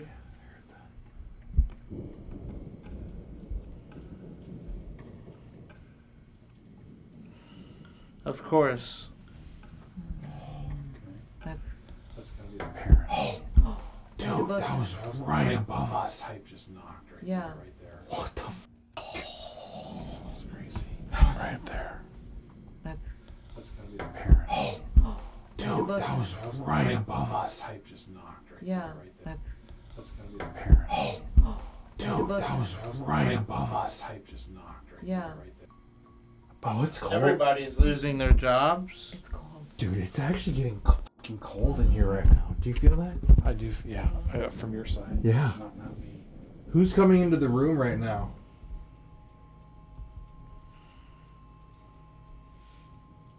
Oh, there's another footstep. Another. Up here. It's like they're upstairs. Now that we came downstairs. Hey, Jay. Hey, AJ. Hey, Jay. I'm getting a ringing in my ears right now like I do before something big happens.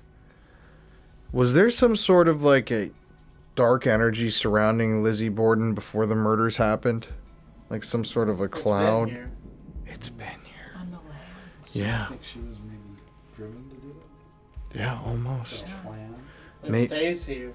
Oh. Maybe that energy affected her dad and affected him to get angry and everybody to fight. The poltergeist. Okay, so something's here. Because they all had psychic visions and stuff before it happened, and people, you know.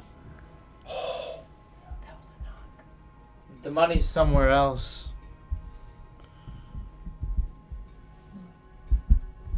Did Lizzie leave money? In the back of the land. Oh, God.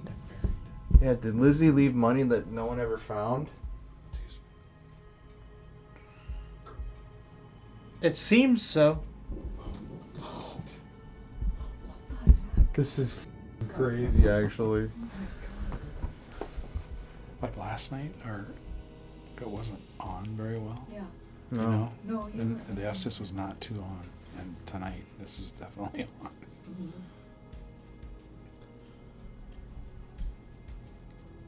Can we do anything to help you? Build a tree? That doesn't Sure. really make sense. Build a tree. Where were the pears at? Country? The Here. Here's. Here. I'll build a tree. Do what we can do for them. Like they like pear trees. Yeah. So you mean a pear tree? Would you? What the fuck? They like pear trees. Dude, that is crazy.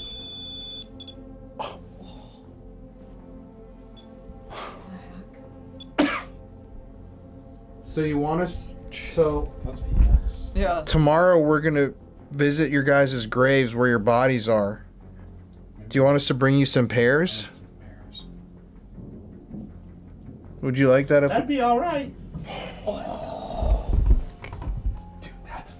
I got my chills, dude. These things are, wow. I know. In your ears, like your mom and I talk, we're worried about your hearing. Yeah.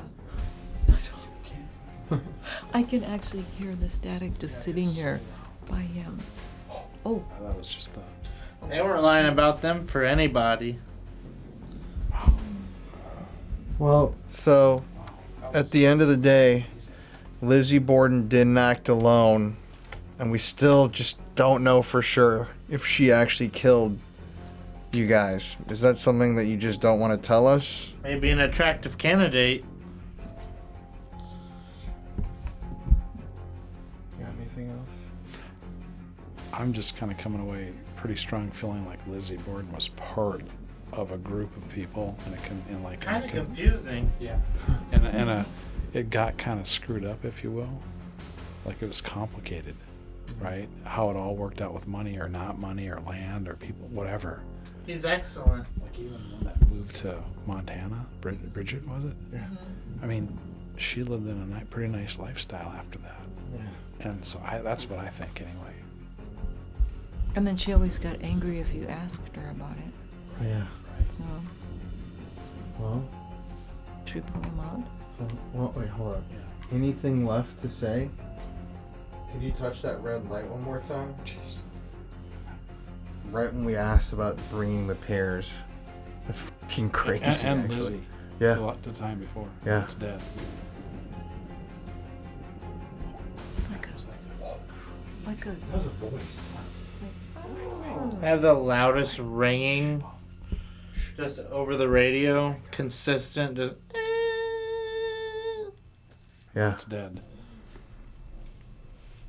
Yeah. It's dead. It kind of hurts. I can actually. I can hear that. That was a human voice, dude. I couldn't hear a word. Oh. But I heard like a, like a voice. Hello?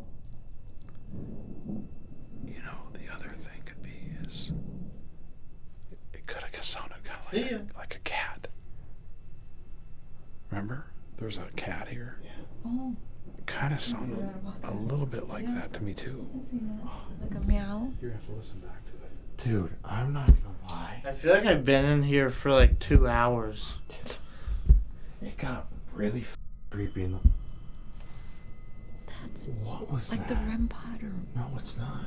What? Nothing is. The on. ringing's getting louder. I keep hearing stuff. It's getting like scary all of a sudden. It's really creepy. What? What? My contacts are getting so dry they're gonna fall out again. Is there?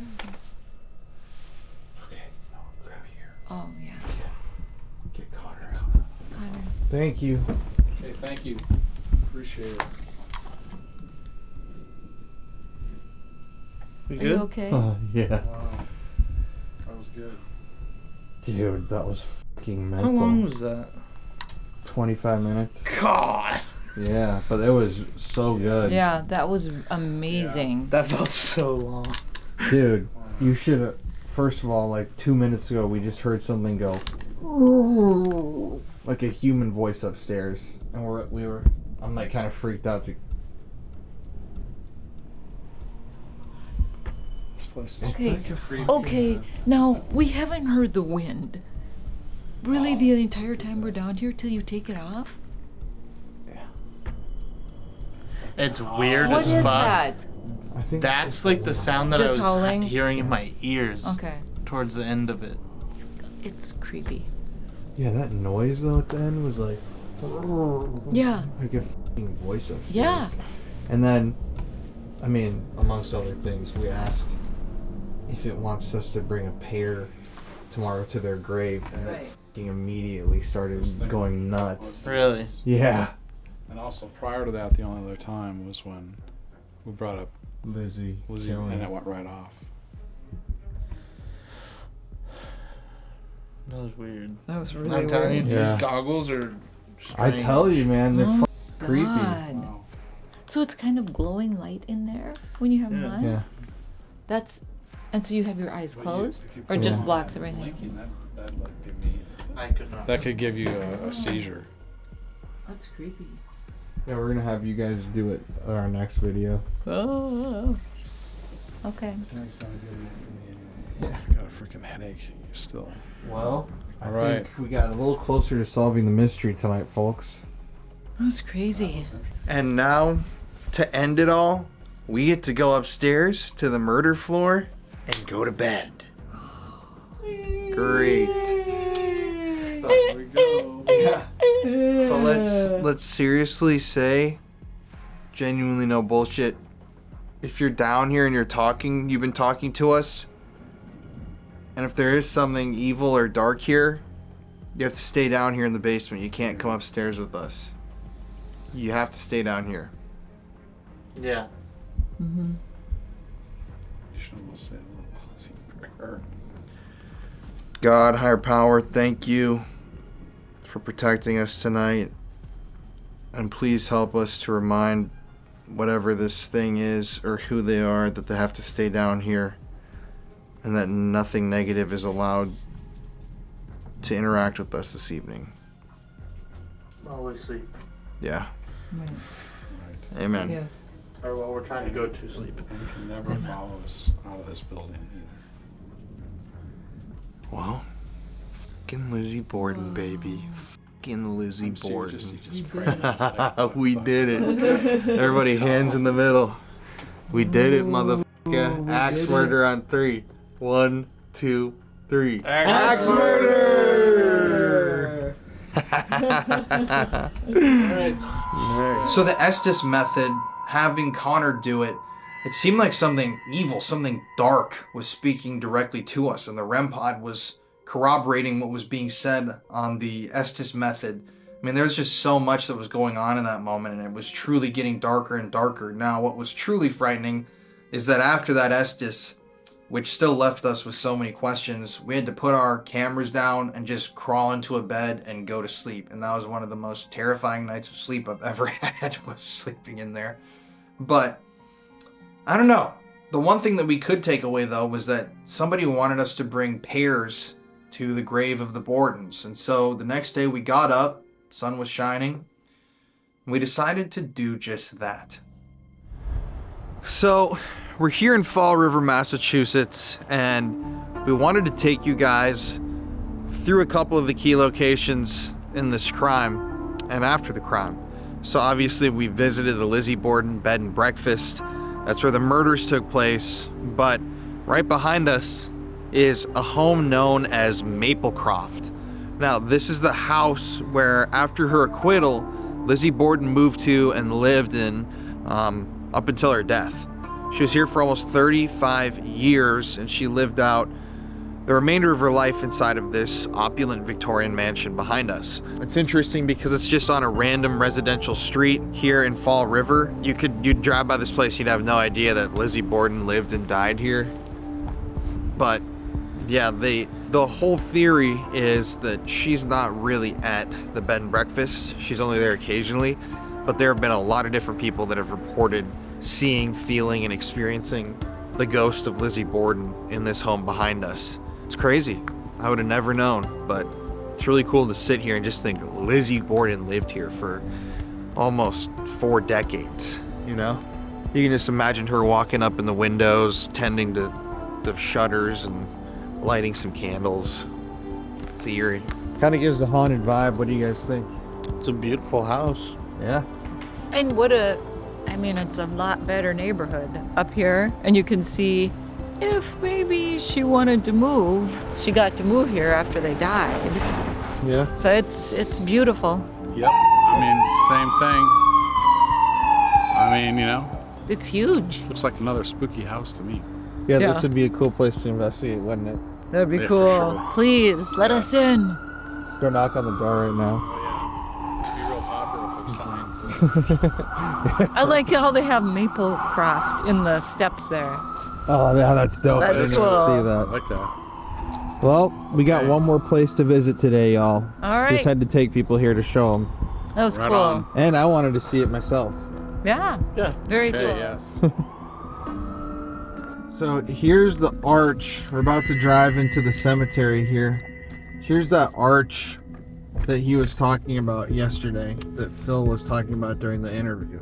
And look at, that's where the autopsy was done on the Borden's bodies. Or they cut the heads off, remember? Mm-hmm. That little room to the right. Weird.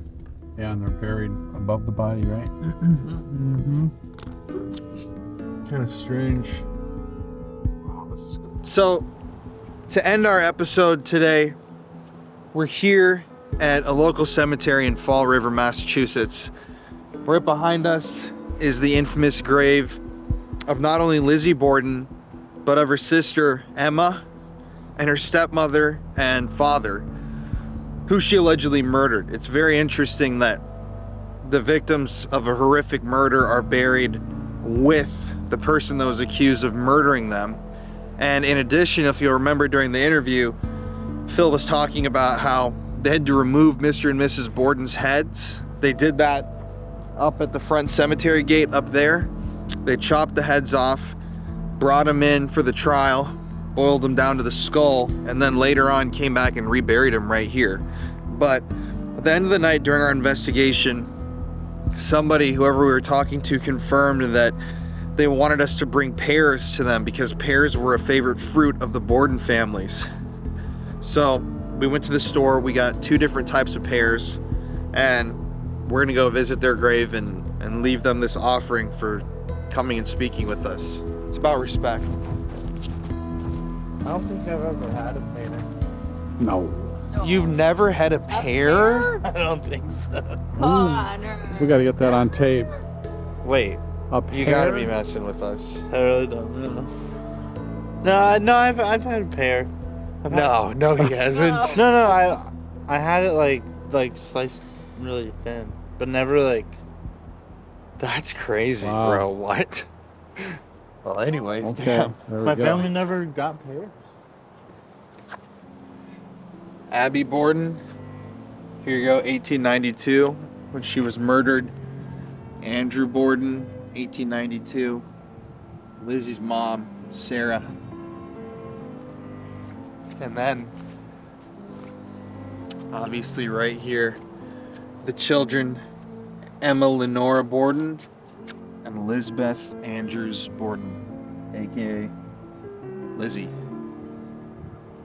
Once again, you see how he said in the interview too, they died only a few days apart. But here they are.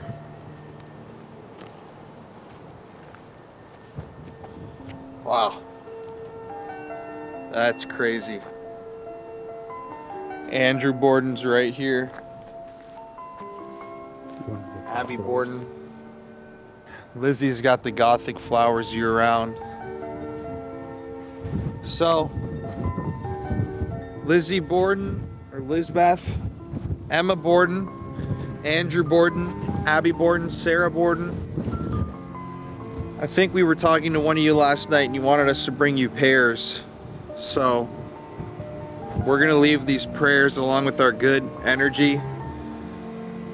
Obviously, we still don't know who murdered you guys. And I don't think we'll ever know. I think that's just one of those mysteries that's always gonna remain just that, a mystery. But I'm gonna place one pear right here for Andrew. And of course, I'm gonna put one right here for Lizzie Borden.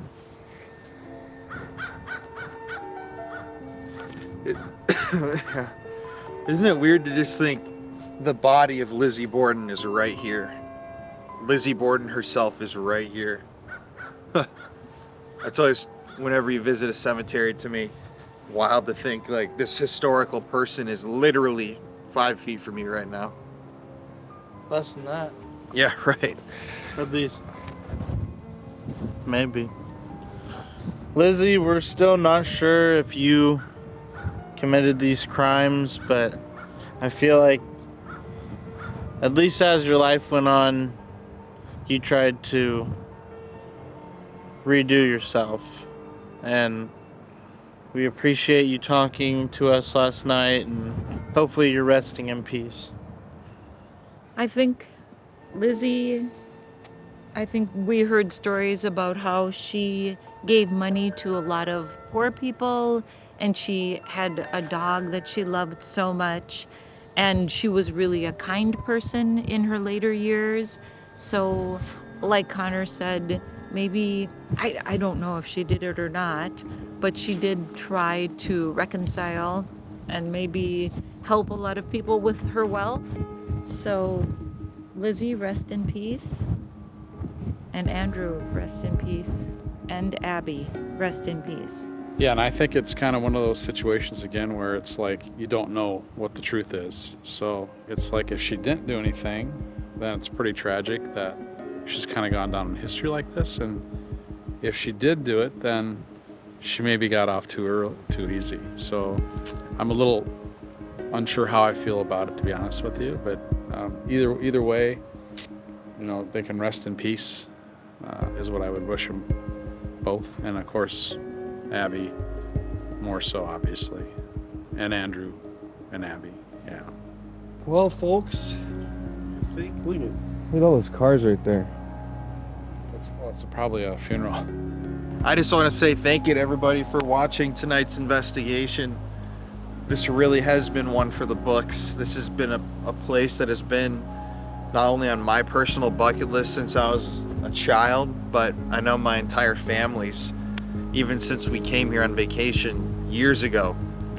So to be able to do this because of everybody online who watches these videos and is a part of our spooky family, we all can't thank y'all enough. What a beautiful day, man, in a cold New England cemetery with a little bit of sunlight, these old graves, old leaves rustling around. It's just, this is a perfect day. This is what I would describe as a perfect day. And thank you, Borden family, as well. That's it, guys. It's cold as shit.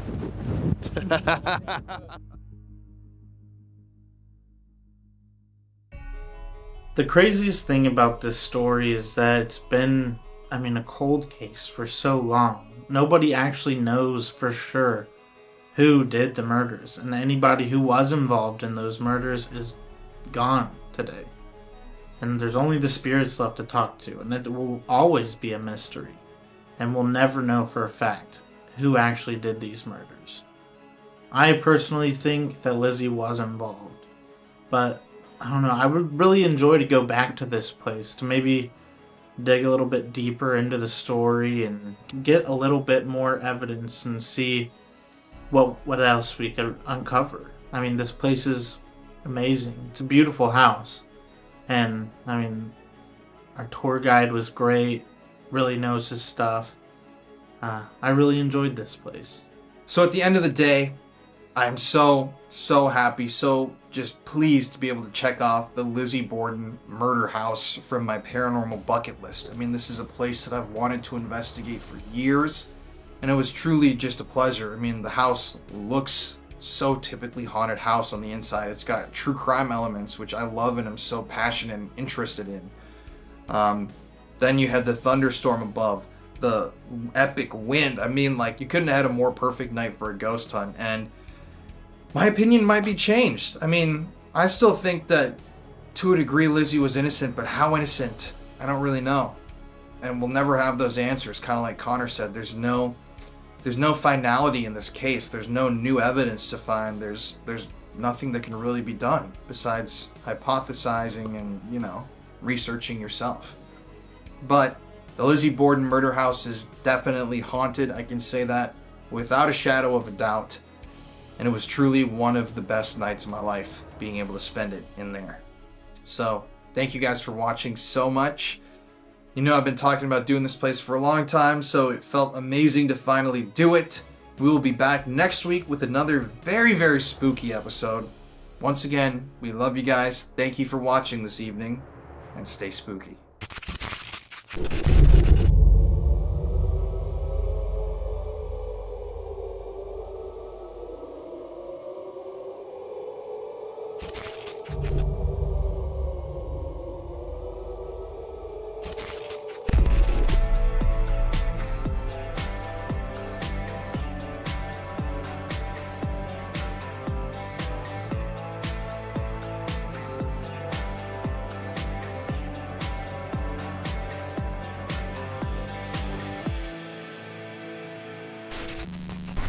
Hello.